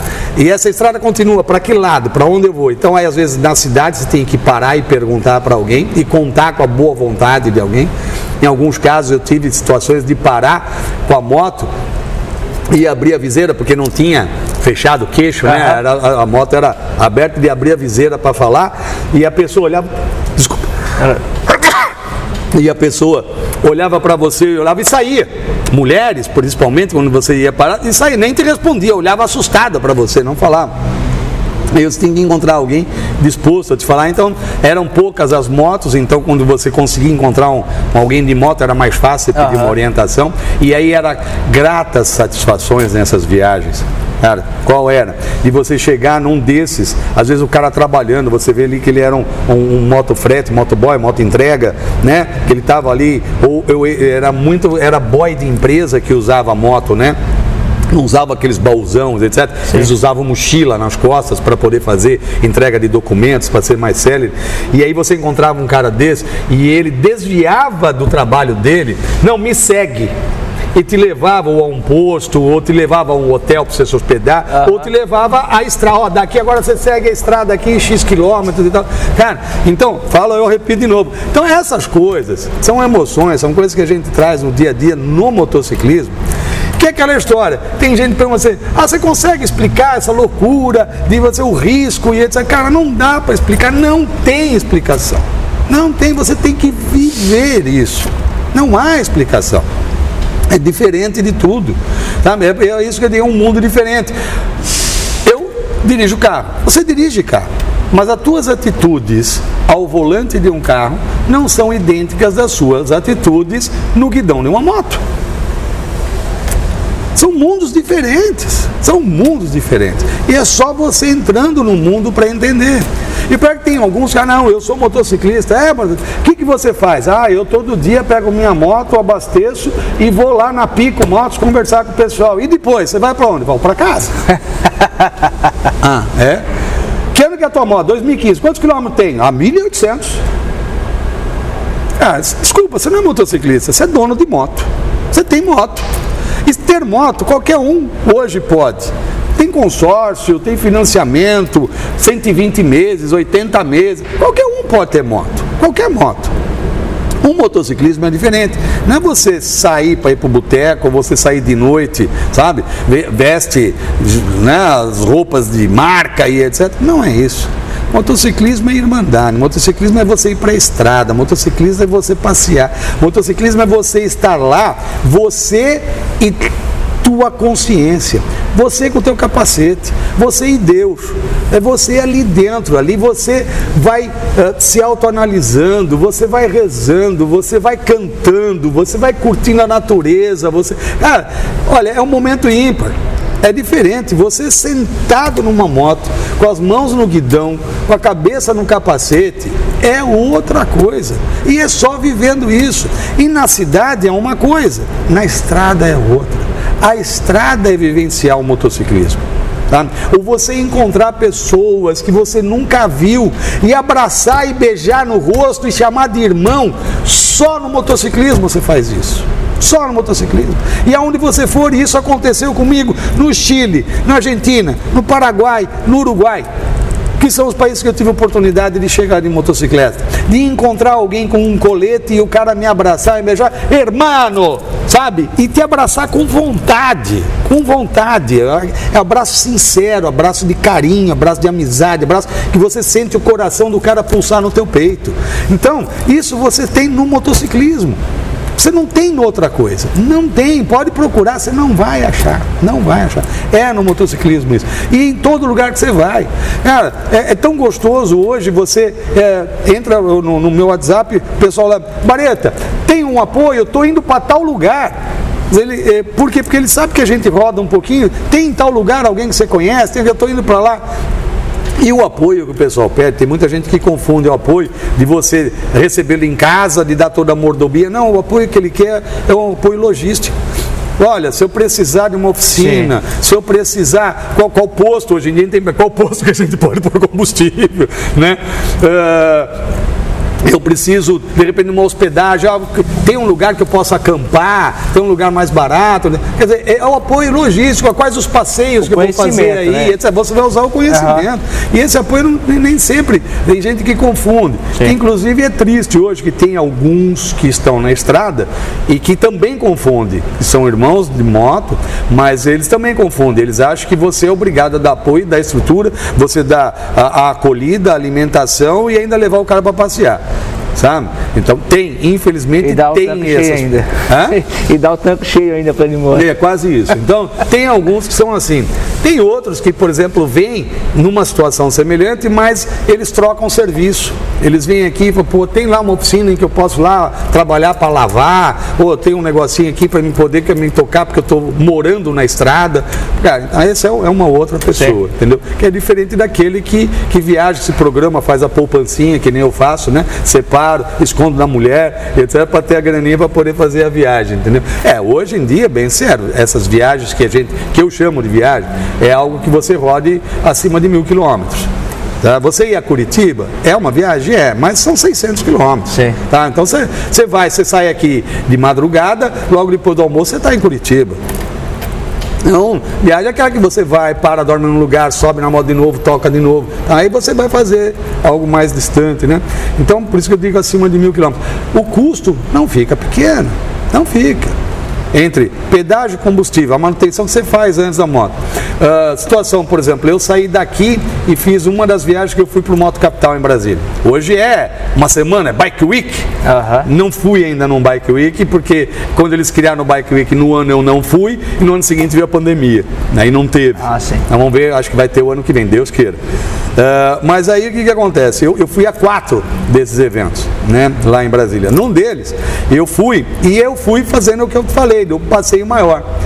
E pedi o conselho ao mecânico que eu confio. Falei, tô olhando o pontinho aqui, tem aquele pontinho no pneu para dizer do desgaste, né? Sim. O que você acha aqui? Ele falou, não, você vai a Brasília e volta, isso aqui você roda ainda 5.000 quilômetros com isso daqui. Tá bom. Só que a viagem ficou maior que 5.000 quilômetros. Eu fui para um lado, fui para o outro, até chegar em Brasília. E aí a volta vim. E aí eu vim, inclusive, com uma amiga que pediu, a minha esposa foi de avião para lá, a Ângela, que é de Francisco Beltrão, ela pediu a minha esposa se teria algum inconveniente de eu acompanhar lá na volta, porque teria que ter uma parada para dormir. E aí minha esposa, não, sem problemas, vai, não tem galho nenhum. E aí na volta, cara, quando eu me separei dela, ali logo depois de Cascavel, ela pega para a esquerda para ir para Beltrão. 63, e eu fico na 277. E ali, quando eu parei para me despedir, ela parou atrás de mim e ela veio e falou assim, ó, cuidado agora na tua volta, teu pneu tá ruim. Eu falei, será? Cara, ela pegou, saiu, me despedi, eu falei, deixa eu olhar essa porra de pneu. Sabe aquele olho? E que já está aparecendo a lona e aqui no meio, assim, já aparecendo, brilhando dos ferrinhos, da trama ali. Da trama do pneu. Eu olhei e falei, cara, fiz aquele trecho de cerca de 130 quilômetros em 1h40. Tá? Que você faria em hora e 10, uma hora e 15, fiz em hora e 40, 80, 100, devagarinho, nas curvas, inclusive evitando frenagem com o pneu traseiro, etc. Eu falei, essa porra vai me deixar na estrada. Quando eu cheguei aqui, fui direto na oficina do Misael, para deixar a moto lá, falei assim, cara, cheguei, vamos ter que ver um pneu. Aí o Rogério, que é o outro mecânico, falou assim, e já vai ter que ser já. Eu falei, por quê? Quando eu... Baixou. Eu parei na oficina, o bicho zerou. Cara, quer dizer, então, a mão divina me trouxe até a oficina. Cara, e eu digo com certeza foi a mão divina, porque estava numa situação... Porque, cara, eu parei... Desci, tá chegando sim de Brasília, chegando agora, vou deixar aqui para lavar, fazer a manutenção e trocar um pneu, Rogério, vai ter que trocar mesmo. Tava no... Machado. Zeradinho no chão. Zeradinho. Uma murcha assim, de esvaziou, sabe, tipo rasgo, não de furo, rasgo. Colou a roda no... Ela descansou ali. Descansou ali, bichinho. Tem a CB 1300 2007. E fora do Brasil, tu citou Chile, Paraguai, Argentina, o que tu foi de longe, o que tu fez de diferente, Atacama, o que tu fez? Não, olha, não fui ainda a Atacama, não fui ao deserto do Atacama. Eu fui a Vinha del Mar, somente, meus amigos, exatamente, só, tá? Em Argentina, não cheguei até o Ushuaia, mas peguei trecho de Ripio, que, cara, é uma pedra diferente, né? É uma pedra arredondada, é uma pedra lisa, esquisito pra caramba você andar naquilo. Hoje já praticamente não tem mais. Quem andou, né? Hoje já os últimos depoimentos que não... Já não tem, já tá asfaltado, você já faz as viagens tranquilas, né? Mas trechos, lugares bonitos, Salta, um lugar lindo, maravilhoso na Argentina, entendeu? No Paraguai, a viagem até Assunção é uma viagem também já era toda asfaltada, não peguei nenhum trecho, mas só que você passa por N cidades e muitas lombadas, animais na pista, até hoje é assim para Assunção, tem que ter muito cuidado, muito acidente de motociclista com animal na pista, tá? Além dos ataques das polícias nessas cidades, tá? Infelizmente o Paraguai traz esse problema. Tu passou por isso? Passei. Infelizmente passamos. Inclusive uma viagem que nós fizemos a Ponta Porã, né? Que tinha o evento lá de Ponta Porã. Foi lá em 2013. Nossa, um evento grandioso. Nós fomos algumas vezes lá a Ponta Porã. E numa dessas vezes nós resolvemos voltar pelo Paraguai, por Pedro Juan Caballero, que é uma avenida, não tem do ano, mas tem que fazer a documentação e tal. E viemos pegar uma estrada para sair em Coronel Oviedo e depois subir pela estrada que vem de Assunção para cá. E aí na cidadezinha, antes de Coronel Oviedo, cara, nos parou um desses guardinhas, parou o grupo, nós estávamos em umas 8 motos, na época ainda dos Quatis, parou essa turma toda. Dentre eles tinha um colega que tinha já uma NC, mas a 700, que é o Paulo, e que estava ali no grupo, que foi que resolveu o meu perrengue lá dentro. E aí ele nos parou e resolveu fazer uma fiscalização tipo aduana. Pô, você já estava com metade do que tinha rodado dentro, já tinham passado por 4, 5 cidades, etc. E o cara começou, se tinha passaporte, se tinha identidade, se tinha carteira de vacina, se tinha seguro, se tinha... Cara, começou a fazer exigências e aduana. E aí eu falei pro cara, olha, eu não tenho que atender tudo isso, mas as coisas estão aqui. Não, mas vocês vão ter que pagar a multa. Eu falei, pagar multa. Eu deitei no banco da moto, botei os pés no guidão e fiquei, põe a cabeça, porque eu uso baú. O meu compadre disse que eu sou entregador de pizza, mas o baú é bem tranquilo. Cara, eu sou daquela época dos alforjes, eu sou da época da mochila, da aranha segurando no banco de trás, etc. Mas por que eu vou trocar a facilidade do baú? Cara, eu chego ali no baúzinho, torço a chave, aperto o botãozinho, saio, vou pro quarto, vou pra barraca, belezinha. Terminou, jogo tudo ali dentro, pega o negócio, um cliquezinho de novo, passo uma aranhazinha de segurança, que tem muita gente que deixa o baú na estrada, então eu já aprendi isso, nunca perdi, mas aprendi com outros que foram, e a gente tem que aproveitar das lições dos outros. Passo lá a aranhazinha por cima, para manter o baú, que caso solte a trava, porque as nossas estradas lisas, maravilhosas, etc., vibra pouco, né? Então, para evitar de você deixar o baú na estrada, então eu já passo a aranhazinha, sento na moto e espero o meu compadre, né, a ficar esticando a aranha e coloca e amarra e faz, aí daqui a pouco a aranha pula para o outro lado, aí você vai buscar de volta, etc. E aí ele se diz motociclista raiz, beleza, mas eu sou a favor do baúzinho, então pode me dizer, chamar de integrador de pizza, não tem nada contra isso, é até maravilhoso, é motociclista e tudo. Então, coloquei a cabeça no baú, estiquei a perna lá no guidão, mas eu vou ficar aqui, não vou pagar multa, não vou fazer nada, não, que resolve, que não sei o que. Eu sei que aí o Paulo foi lá na casinha e voltou dizendo, você me deve 20 mil Guarani. Eu falei, 20 mil Guarani, rapaz, na época não dava R$2. Não, o cara se vendeu e criou toda aquela confusão para eu. falei, puta merda. R$2. 20 mil Guarani. Ele cobrou 20 mil Guarani de cada um. Nós estávamos lá, acho que ele levou 200 mil Guarani, nós estávamos numas 10 motos, e liberou a gente. Mas nós fomos atacados lá nesse sentido. Eu chateado que isso acontecia. Tem gente que relata que teve isso na Argentina. Eu nunca tive. Nunca. Fui parado pela Gendarmeria, né, Argentina. Fui parado. Mas sabe por que eles paravam? Pô, como é que é essa moto, o que é isso, né? Quanto anda, qual é a velocidade, qual é o consumo, quanto custa no Brasil e etc. Sabe? Mas de admiração, assim. O policial querendo, para onde você vai, você viaja muito, a estrada, você é de um motoclube, pediam se tinha adesivo, então já dava o adesivo do motoclube. Então, eu nunca tive, pelo menos na Argentina, tem gente que relata que teve constrangimentos, mas eu nunca na Argentina tive. Eu, infelizmente, tive por 2 vezes no Paraguai situação assim, de ser parado, de criar e de você pagar uma suposta multa no Paraguai. Mas na Argentina, graças a Deus, nunca. E no Uruguai, tão pouco. Agora, no Uruguai que nós tivemos, o que nós observamos é o seguinte: as motos são muito antigas no Uruguai. Você praticamente não encontra motos novas no Uruguai. O Uruguai é um país que ficou meio no tempo, sabe? É um povo extremamente caloroso, atencioso, sabe? Com as motos, a atenção que nos deram, o carinho que nos deram lá.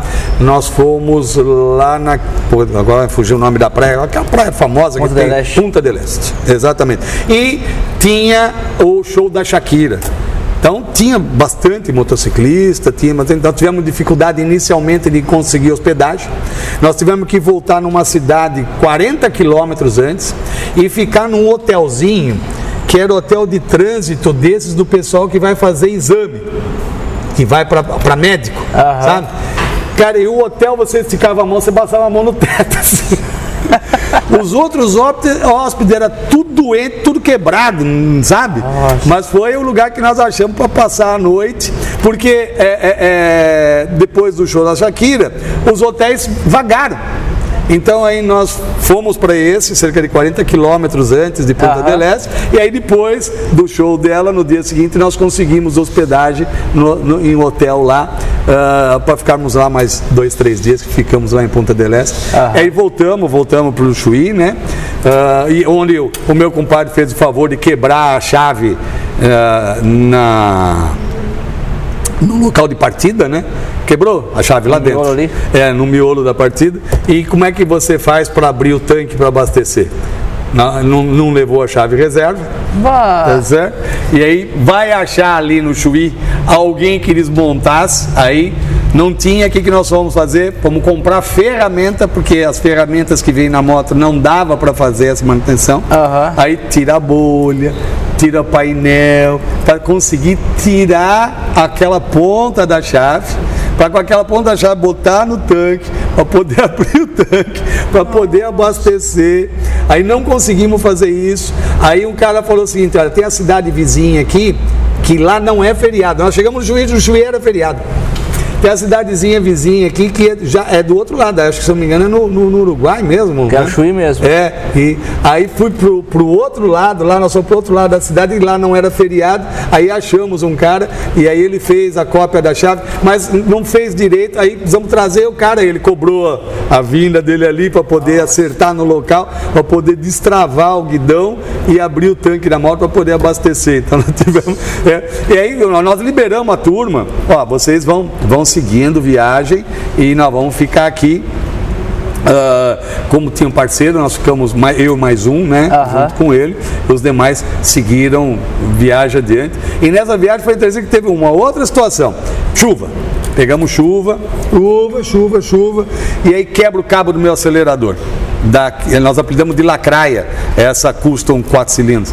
E aí, o cabo do acelerador quebrou, peguei e fui pro encosto. Como é que nós vamos fazer? Um pedacinho de vareta, solta o cabo, enrola o cabo, amarra o cabo e você passa a acelerar no punho aqui, ao invés de girar. Eu botei a mão aqui no manete e acelerava, puxando o cabo para acelerar, e fomos tocando assim. Aí nós passamos para o Chapecó, que era o ponto de encontro nosso, para vir era em Chapecó. Só que esse pessoal, que ainda era Coati, cara, brincadeira, você está indo no sentido assim, né? E os caras brigam até hoje com a gente que diz que o erro foi nosso. Para mim o erro foi deles. Não, ninguém me tira na cabeça que o erro foi deles. Nós estamos seguindo e cuidando. Vão parar num posto, vão parar na entrada da cidade. Estou cuidando ali a entrada e nós cuidando, eu acelerando por aqui. E chovendo, não era chuva forte, mas chovendo. E cuidando para ver os caras. Cara, eles pararam no posto, sim, do lado esquerdo. Quem é que ia ver para o lado? Porra, eles fizeram a volta e pararam no posto do lado esquerdo, porque junto do posto tinha um hotel e eles pensaram em ficar naquele hotel perto do posto, então resolveram. Mas não deixaram um do lado direito aqui para avisar a gente. Aí nós vimos, não estão aqui, está chovendo, e acho que eles foram mais adiante. Vamos seguir. Aí nós fomos para São Miguel do Oeste, paramos em São Miguel do Oeste. Subimos de Chapecó, fomos até São Miguel. Longe ali. Chegando em São Miguel do Oeste, estava tendo o evento de São Miguel dos Cães. Estava tendo evento. Aí aquela história, com o evento, vai achar o hotel. Então, nós estávamos em 3, aí conseguimos um quarto triplo no hotel, aí no outro dia compramos o cabo com aquele terminalzinho, trocamos e montamos o cabo, que é coisa de moto antiga, que você pode fazer, né? Você usa a mesma capa, tira o cabo velho que partiu, passa o cabinho novo lá, bota o terminalzinho de parafuso, prende no carburador, vem aqui, prende, joga no manete de novo, bota a capa de manete e pau na máquina, já estava lá consertadinho. Entendeu? Nós fizemos isso no dia seguinte. Aí chega o pessoal em São Miguel. Mas chegaram por de vocês. Nós ficamos bebendo até tarde esperando vocês. Ah, que pecado. Vocês ficaram bebendo até tarde esperando a gente. Onde vocês estavam? Que sacrifício. Porra, nós achamos que vimos vocês passando, tá? E nós gritamos. Aí o meu compadre Jacaré falou assim: eu acho que eu vi o pessoal agitando no posto do lado esquerdo. Então éramos nós. Mas como é que eu vou adivinhar que vocês estão na contramão, né? Estão no sentido contrário. Aí nós estava chovendo e seguimos até São Miguel do Oeste, dormimos em São Miguel do Oeste. E eles dormiram lá em Chapecó e depois foram encontrar com a gente no dia seguinte. Aí ficamos no evento de lá, aí depois viemos para Foz. Mas foi uma aventura, e essa aventura começou assim. Nós fomos, eu fui convidado por 50 anos de um amigo, o Lazareno, lá em Candiota. Lá eu encontrei com outro amigo motociclista, que é o Daniel, que é outra figura, é um argentino que como é que a gente fez amizade com esse argentino. Mas eu vou contar depois, para ele, vou falar disso aqui. Aí fomos de Candiota, eu falei para ele, posso levar uns amigos? Eu levei metade do motoclube. O convidado convida, né? Eu levei metade do motoclube, nós vamos para lá. E nós aprontamos uma lá. Nessa história das pane secas que eu falei, nessa viagem, das pane secas, eu combinei com o meu compadre para a gente fazer uma brincadeira lá. O que ele fez?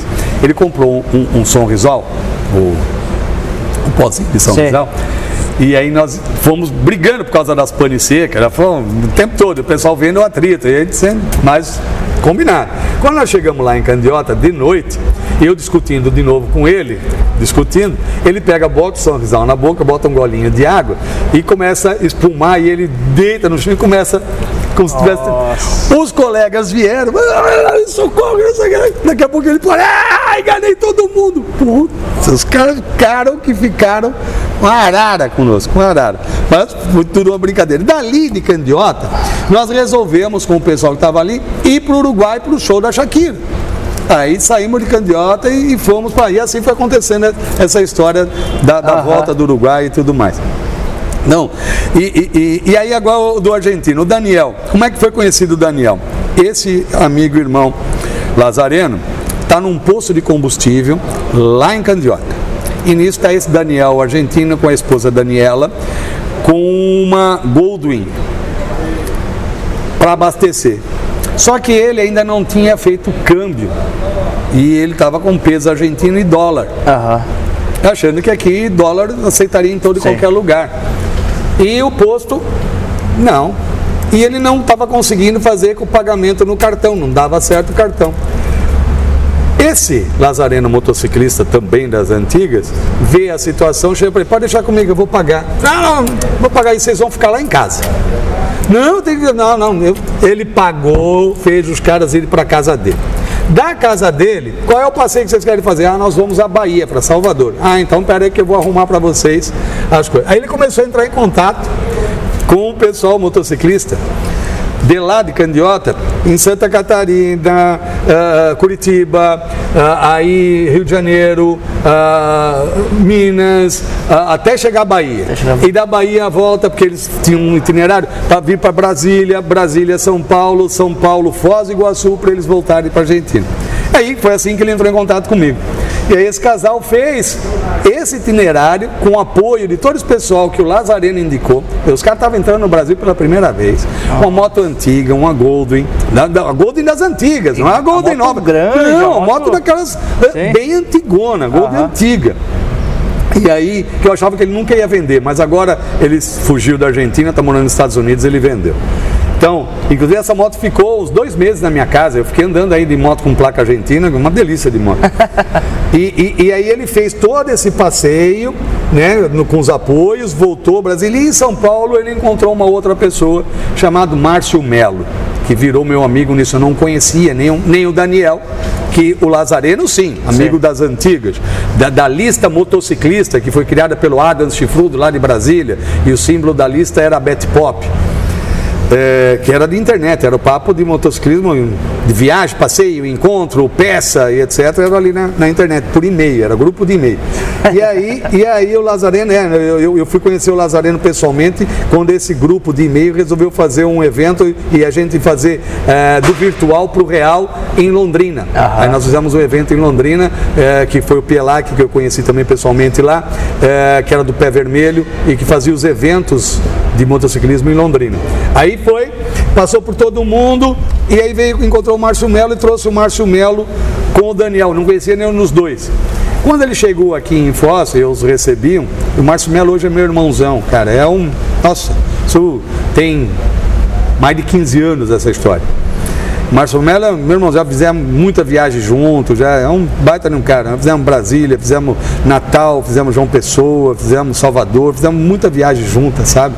Minas, em São Paulo, nós fomos para várias cidades juntos. Virar e mexe, ele veio para cá, ele morava em São Paulo e tinha um apartamento em São Vicente. E aí veio os dois. Daniel com o Márcio. Quando chegou aqui, a Daniela teve uma contratura muscular nas costas, porque ela vinha na garupa e pegou chuva e carregando mochila. Nossa. E ela teve uma contratura muscular. Aí eles vinham aqui para ficar um pernoite só e seguir viagem. O Márcio Melo ia voltar para São Paulo. Aí mudou tudo. Aí ele acabou indo com eles para Corrientes, na Argentina. Aí depois acabou indo para Buenos Aires, etc. Fez uma baita viagem com eles. Eles ficaram 3 dias até tentar melhorar. Levamos a Dani no médico, tomou remédio, fez massagem, etc. Mas ela estava ruim. Aí o que nós fizemos? Eu levei a Dani de carro até Porto Iguaçu e aí embarquei num ônibus com toda a bagagem deles para Corrientes. E aí eles foram de moto. Né? Então ela foi de ônibus muito melhor, né? Sentada, etc. Não tinha que carregar coisa nas costas nem nada. Aí foram os dois de moto. Ele tinha acho que também uma 750 na época, se eu não me engano, uma 750. E a Shadow 750. E aí ele foi com a Goldwing 1000 e ele, né, os dois foram de moto para Corrientes, que depois seguiram a viagem de lá e a Dani. E aí eu conheci esses dois, conheci o Daniel, do qual eu tenho uma amizade muito grande, é um argentino assim fenomenal, pessoa.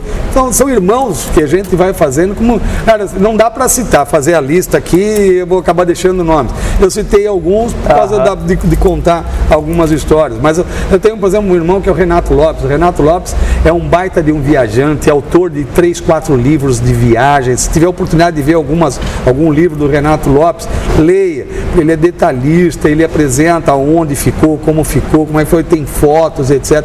Tá, tem livros dele. O Renato Lopes, inclusive, eu trouxe aqui uma vez para ele lançar um livro dele aqui em Foz. Eu fiz o evento aqui em Foz, dentro do Rafaim Palace, um jantar onde você estacionava a tua moto do lado da mesa. Beleza? Fiz 3 jantares assim lá. Você entrava com a moto dentro lá do Rafaim, lá do pavilhão, no primeiro pavilhão, que hoje são 4 conjugados, né? Era só o primeiro que tinha ali à esquerda. Tapete vermelho. Você entrava com a moto sobre o tapete vermelho, entrava, e aí você ia e parava a tua moto junto à tua mesa. Aí sentava com o pessoal lá, aí banda, show e etc. Então era o jantar, sabe? O jantar, era um negócio assim, foi uma história muito boa. E o último que eu fiz foi de 10 anos, dos Patis, foi o último jantar que eu fiz lá. Dos livros é Renato Lopes. Ele é do Rio Grande. Rio Grande do Sul. É, do Rio Grande do Sul. Renato Lopes é do Rio Grande do Sul. Vou procurar os livros. Procura que, olha, o Renato Lopes tem, cara, são livros. E eu tive a oportunidade de ser um dos colaboradores, consta meu nome na orelha da capa do livro, do Gal. O primeiro a fazer a Transamazônica de Harley. Cara, que livro, que história. Conheço o Gal pessoalmente, fui convidado por ele a fazer parte do Brasil Riders, hoje não faço mais parte do Brasil Riders, mas ajudo muito o Beto Sampa, que também era Brasil Riders, que tem a AME, né?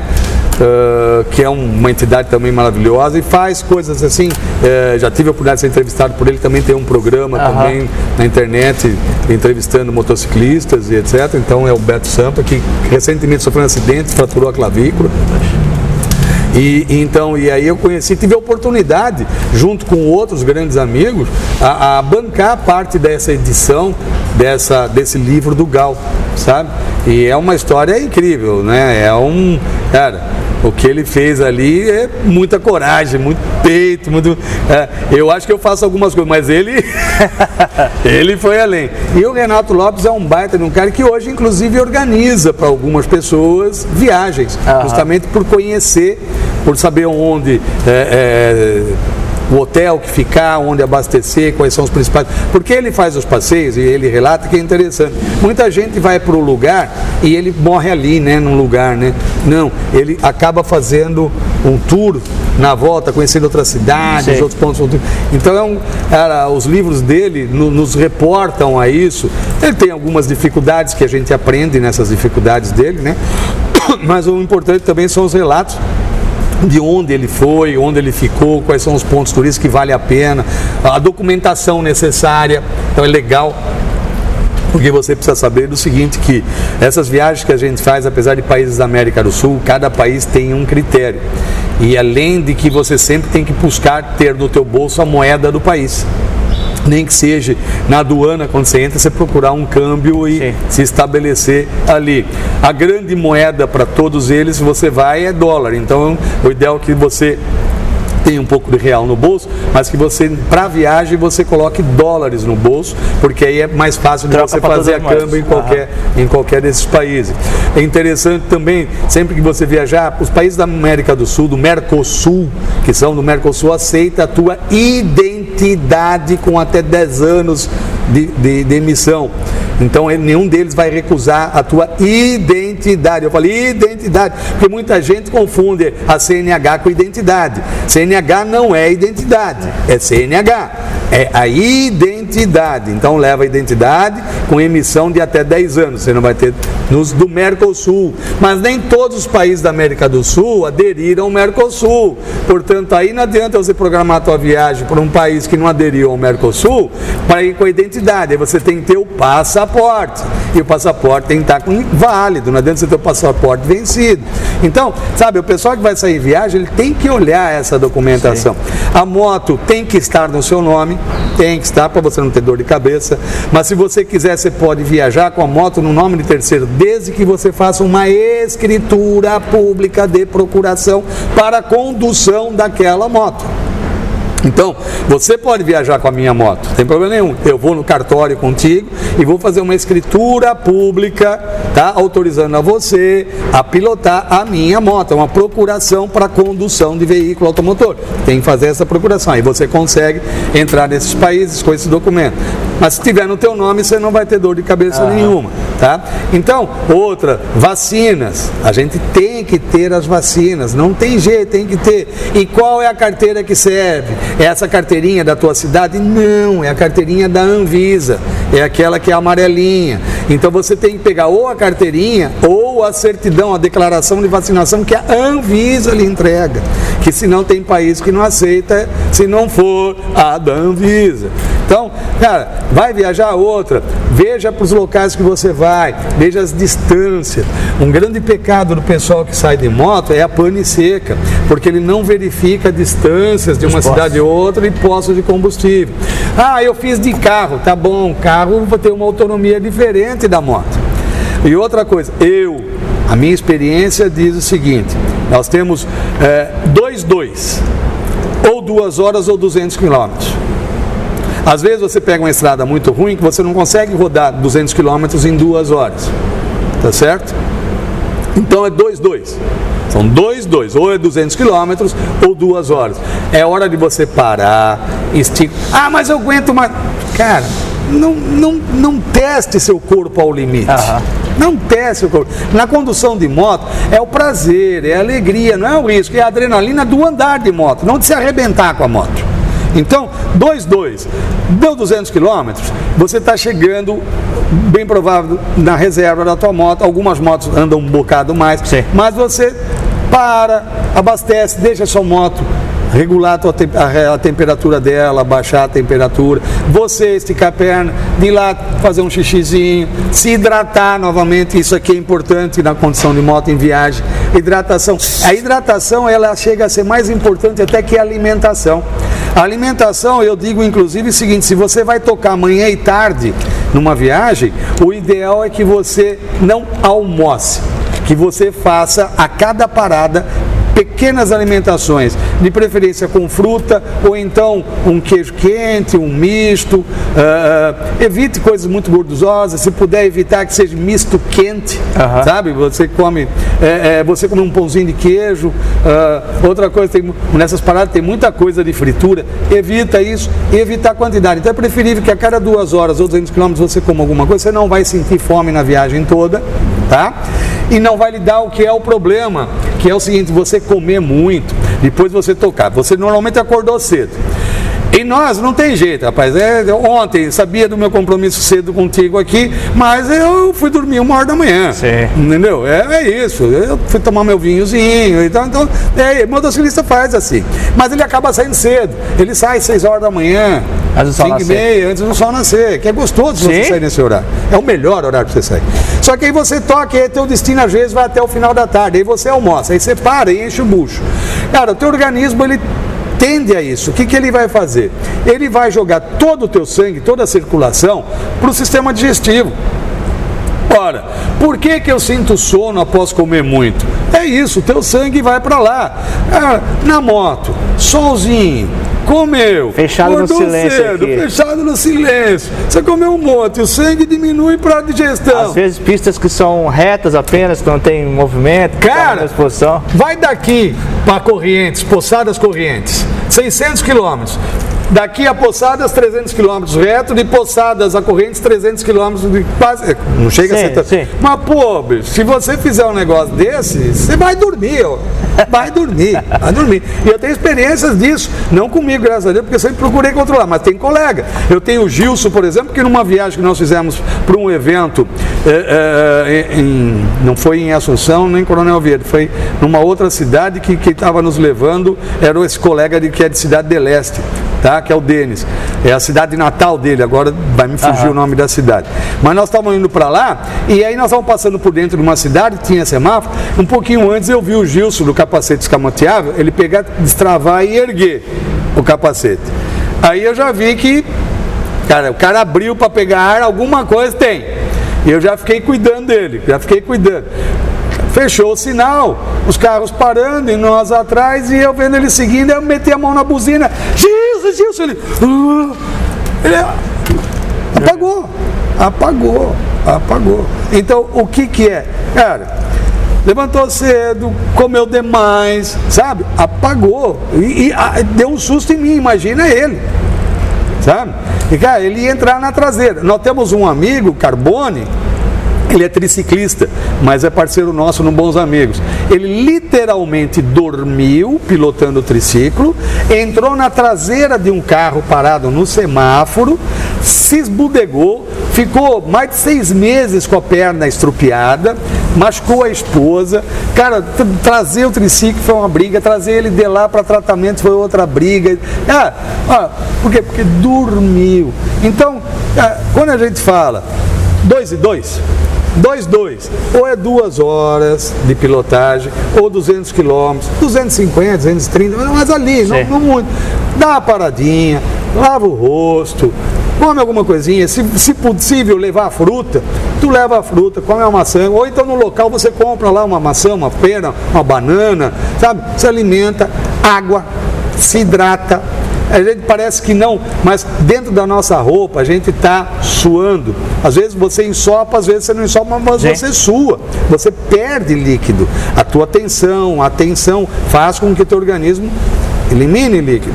E aí você para da xixi e dá mais líquido que você botou para fora. Tá? Se você começar a observar, o cara que não repõe, ele vai tendo a urina dele cada vez mais amarela. Tá? Por falta de líquido no organismo. Então, hidrata a cada 2 horas, toma lá 500 ml de água, entendeu? Faz isso, cara, você vai ver, você consegue pilotar. Tem gente que, eu não aguento mais pilotar 1000 km.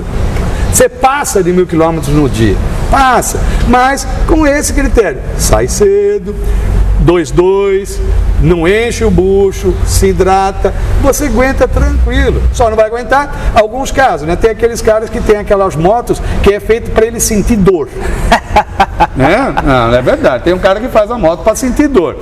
Eu acho interessante, essas motos custom com seca-sovaco. Legal. Você andar num eventozinho, andar na cidade, beleza. Faz uma viagem com os braços pendurados aqui. Quanto tempo você aguenta fazer? Você faz 1000 km com o bichão assim, com os braços para cima? Fica 10 minutos com o braço para cima, assim, sozinho. E você vai ver se tu aguenta. Então o cara faz um negócio para sofrer, tá? Outra, quando ele faz isso daqui, ele faz o corpo dele um C.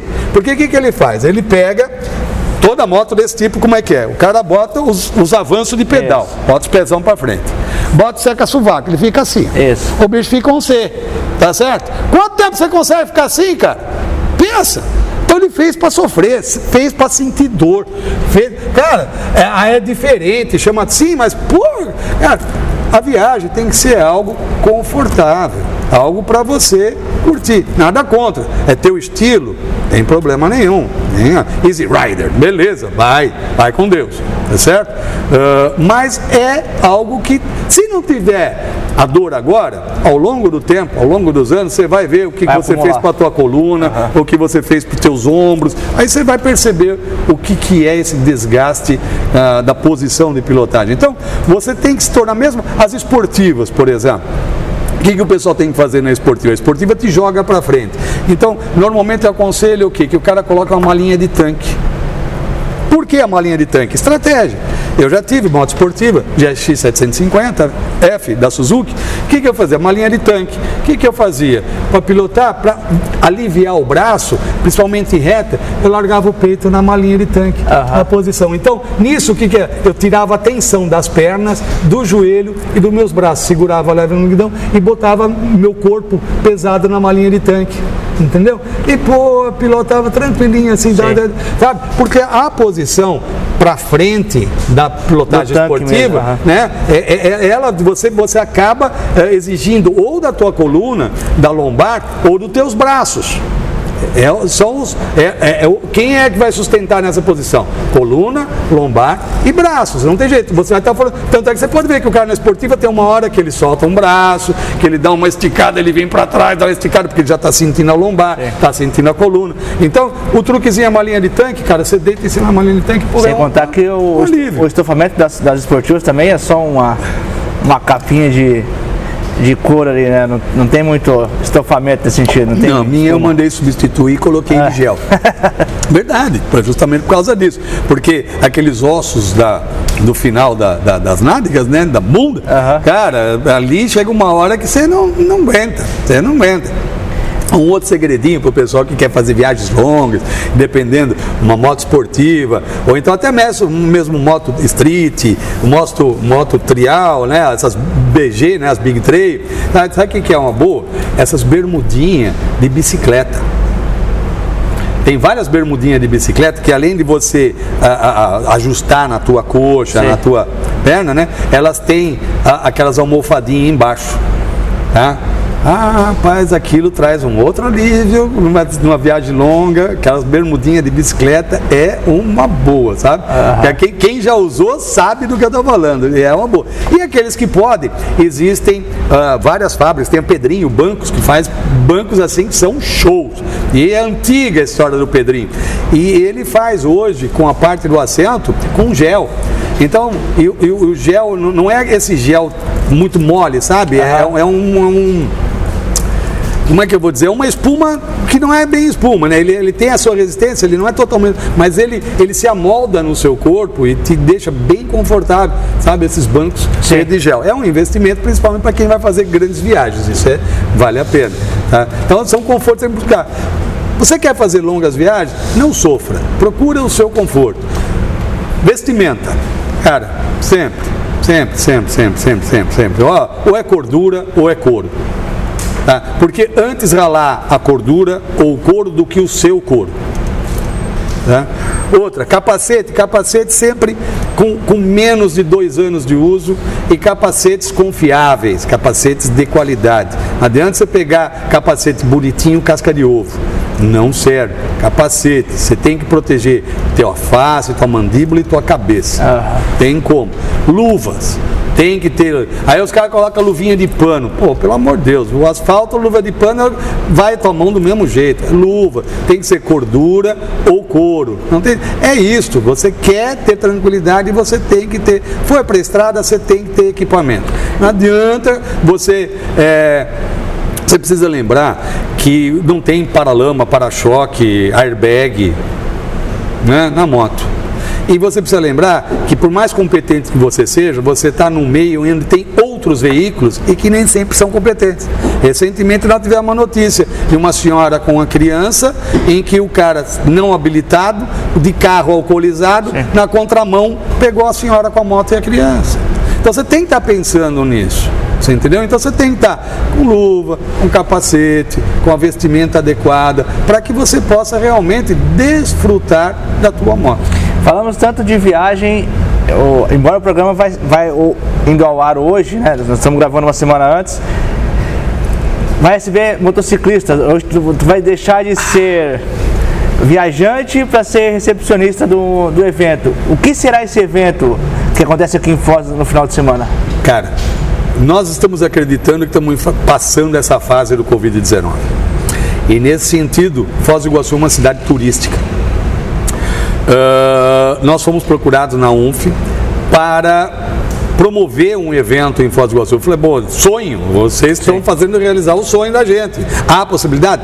Então, em parceria com o Centro de Convenções, parceria com a Secretaria de Turismo, parceria com a Fundação Cultural e com a Prefeitura do município de Foz, nós estamos fazendo, e a BIH, que é a Associação dos Hotéis, fazendo o primeiro encontro internacional. Já houveram outros encontros aqui, eu falei, nós fizemos o Cataratas Motorcycle, tem o Motoclube BR-277 que promove eventos aqui também, mas este é o primeiro evento municipal do Centro de Convenções, não é, ou seja, não é o evento do meu motoclube, do seu motoclube, não, é um evento dos motociclistas, através da união dos motociclistas, mas é um evento dos motociclistas, é o primeiro assim e é realizado pelo Centro de Convenções, de 25 a 28, ou seja, na transmissão nós vamos estar no dia 27, que é sábado, e sábado é o dia, 10 bandas nós vamos ter tocando, nós vamos ter 2 DJs, sabe?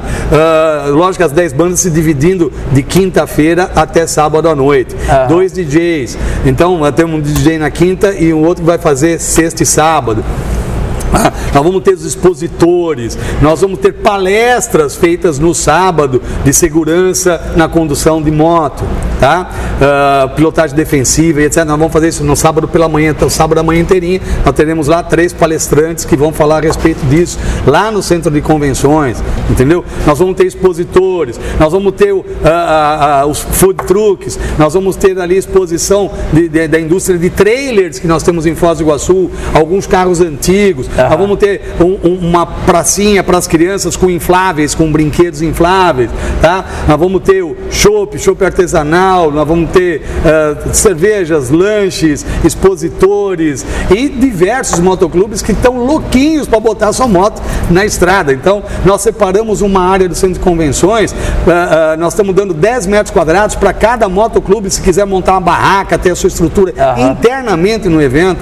O evento é todinho coberto, quer dizer, se tiver vento, chuva, escuro, não tem problema nenhum, porque é todinho coberto. O camping é na área coberta, na parte interna do Centro de Convenções. Então quem for acampar também vai estar lá. Todo conforto, entendeu? Segurança. Sim, segurança, entrada, o pessoal vai receber a pulseirinha para entrar.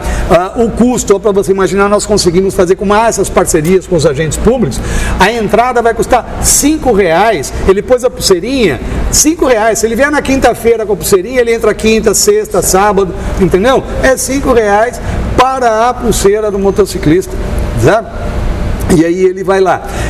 Essa situação do ingresso, inclusive, nós temos que adotar, porque nós temos que achar um parâmetro para o ECAD. Como tem as bandas, tem música, tem os DJs, nós temos que fazer o pagamento do ECAD. E aí o ECAD, nós optamos pelo um percentual do ingresso. Tá certo? Então uma parte do ingresso é o pagamento do ECAD. Então nós vamos fazer, só que não é R$5 por dia. Por dia vai ser para a pessoa que quiser a pé, de carro, visitar. O motociclista, ele vai receber a pulseira, paga R$5, entra e sai quantas vezes, até porque nós queremos que ele aproveite e desfrute das belezas de Foz do Iguaçu. Então nós estamos recebendo aí, graças a Deus, já muita gente confirmando a presença. Isso que eu ia perguntar, as confirmações estão tão grandes do Brasil nos hotéis, etc. Daqui da região, por exemplo, eu achei muito bacana que entrou em contato comigo um pessoal de Cascavel, eles estão acreditando que eles vão fazer um trecho, até pediram para ver se eu tinha alguma relação com o pessoal da BR aí, dos pedágios, né?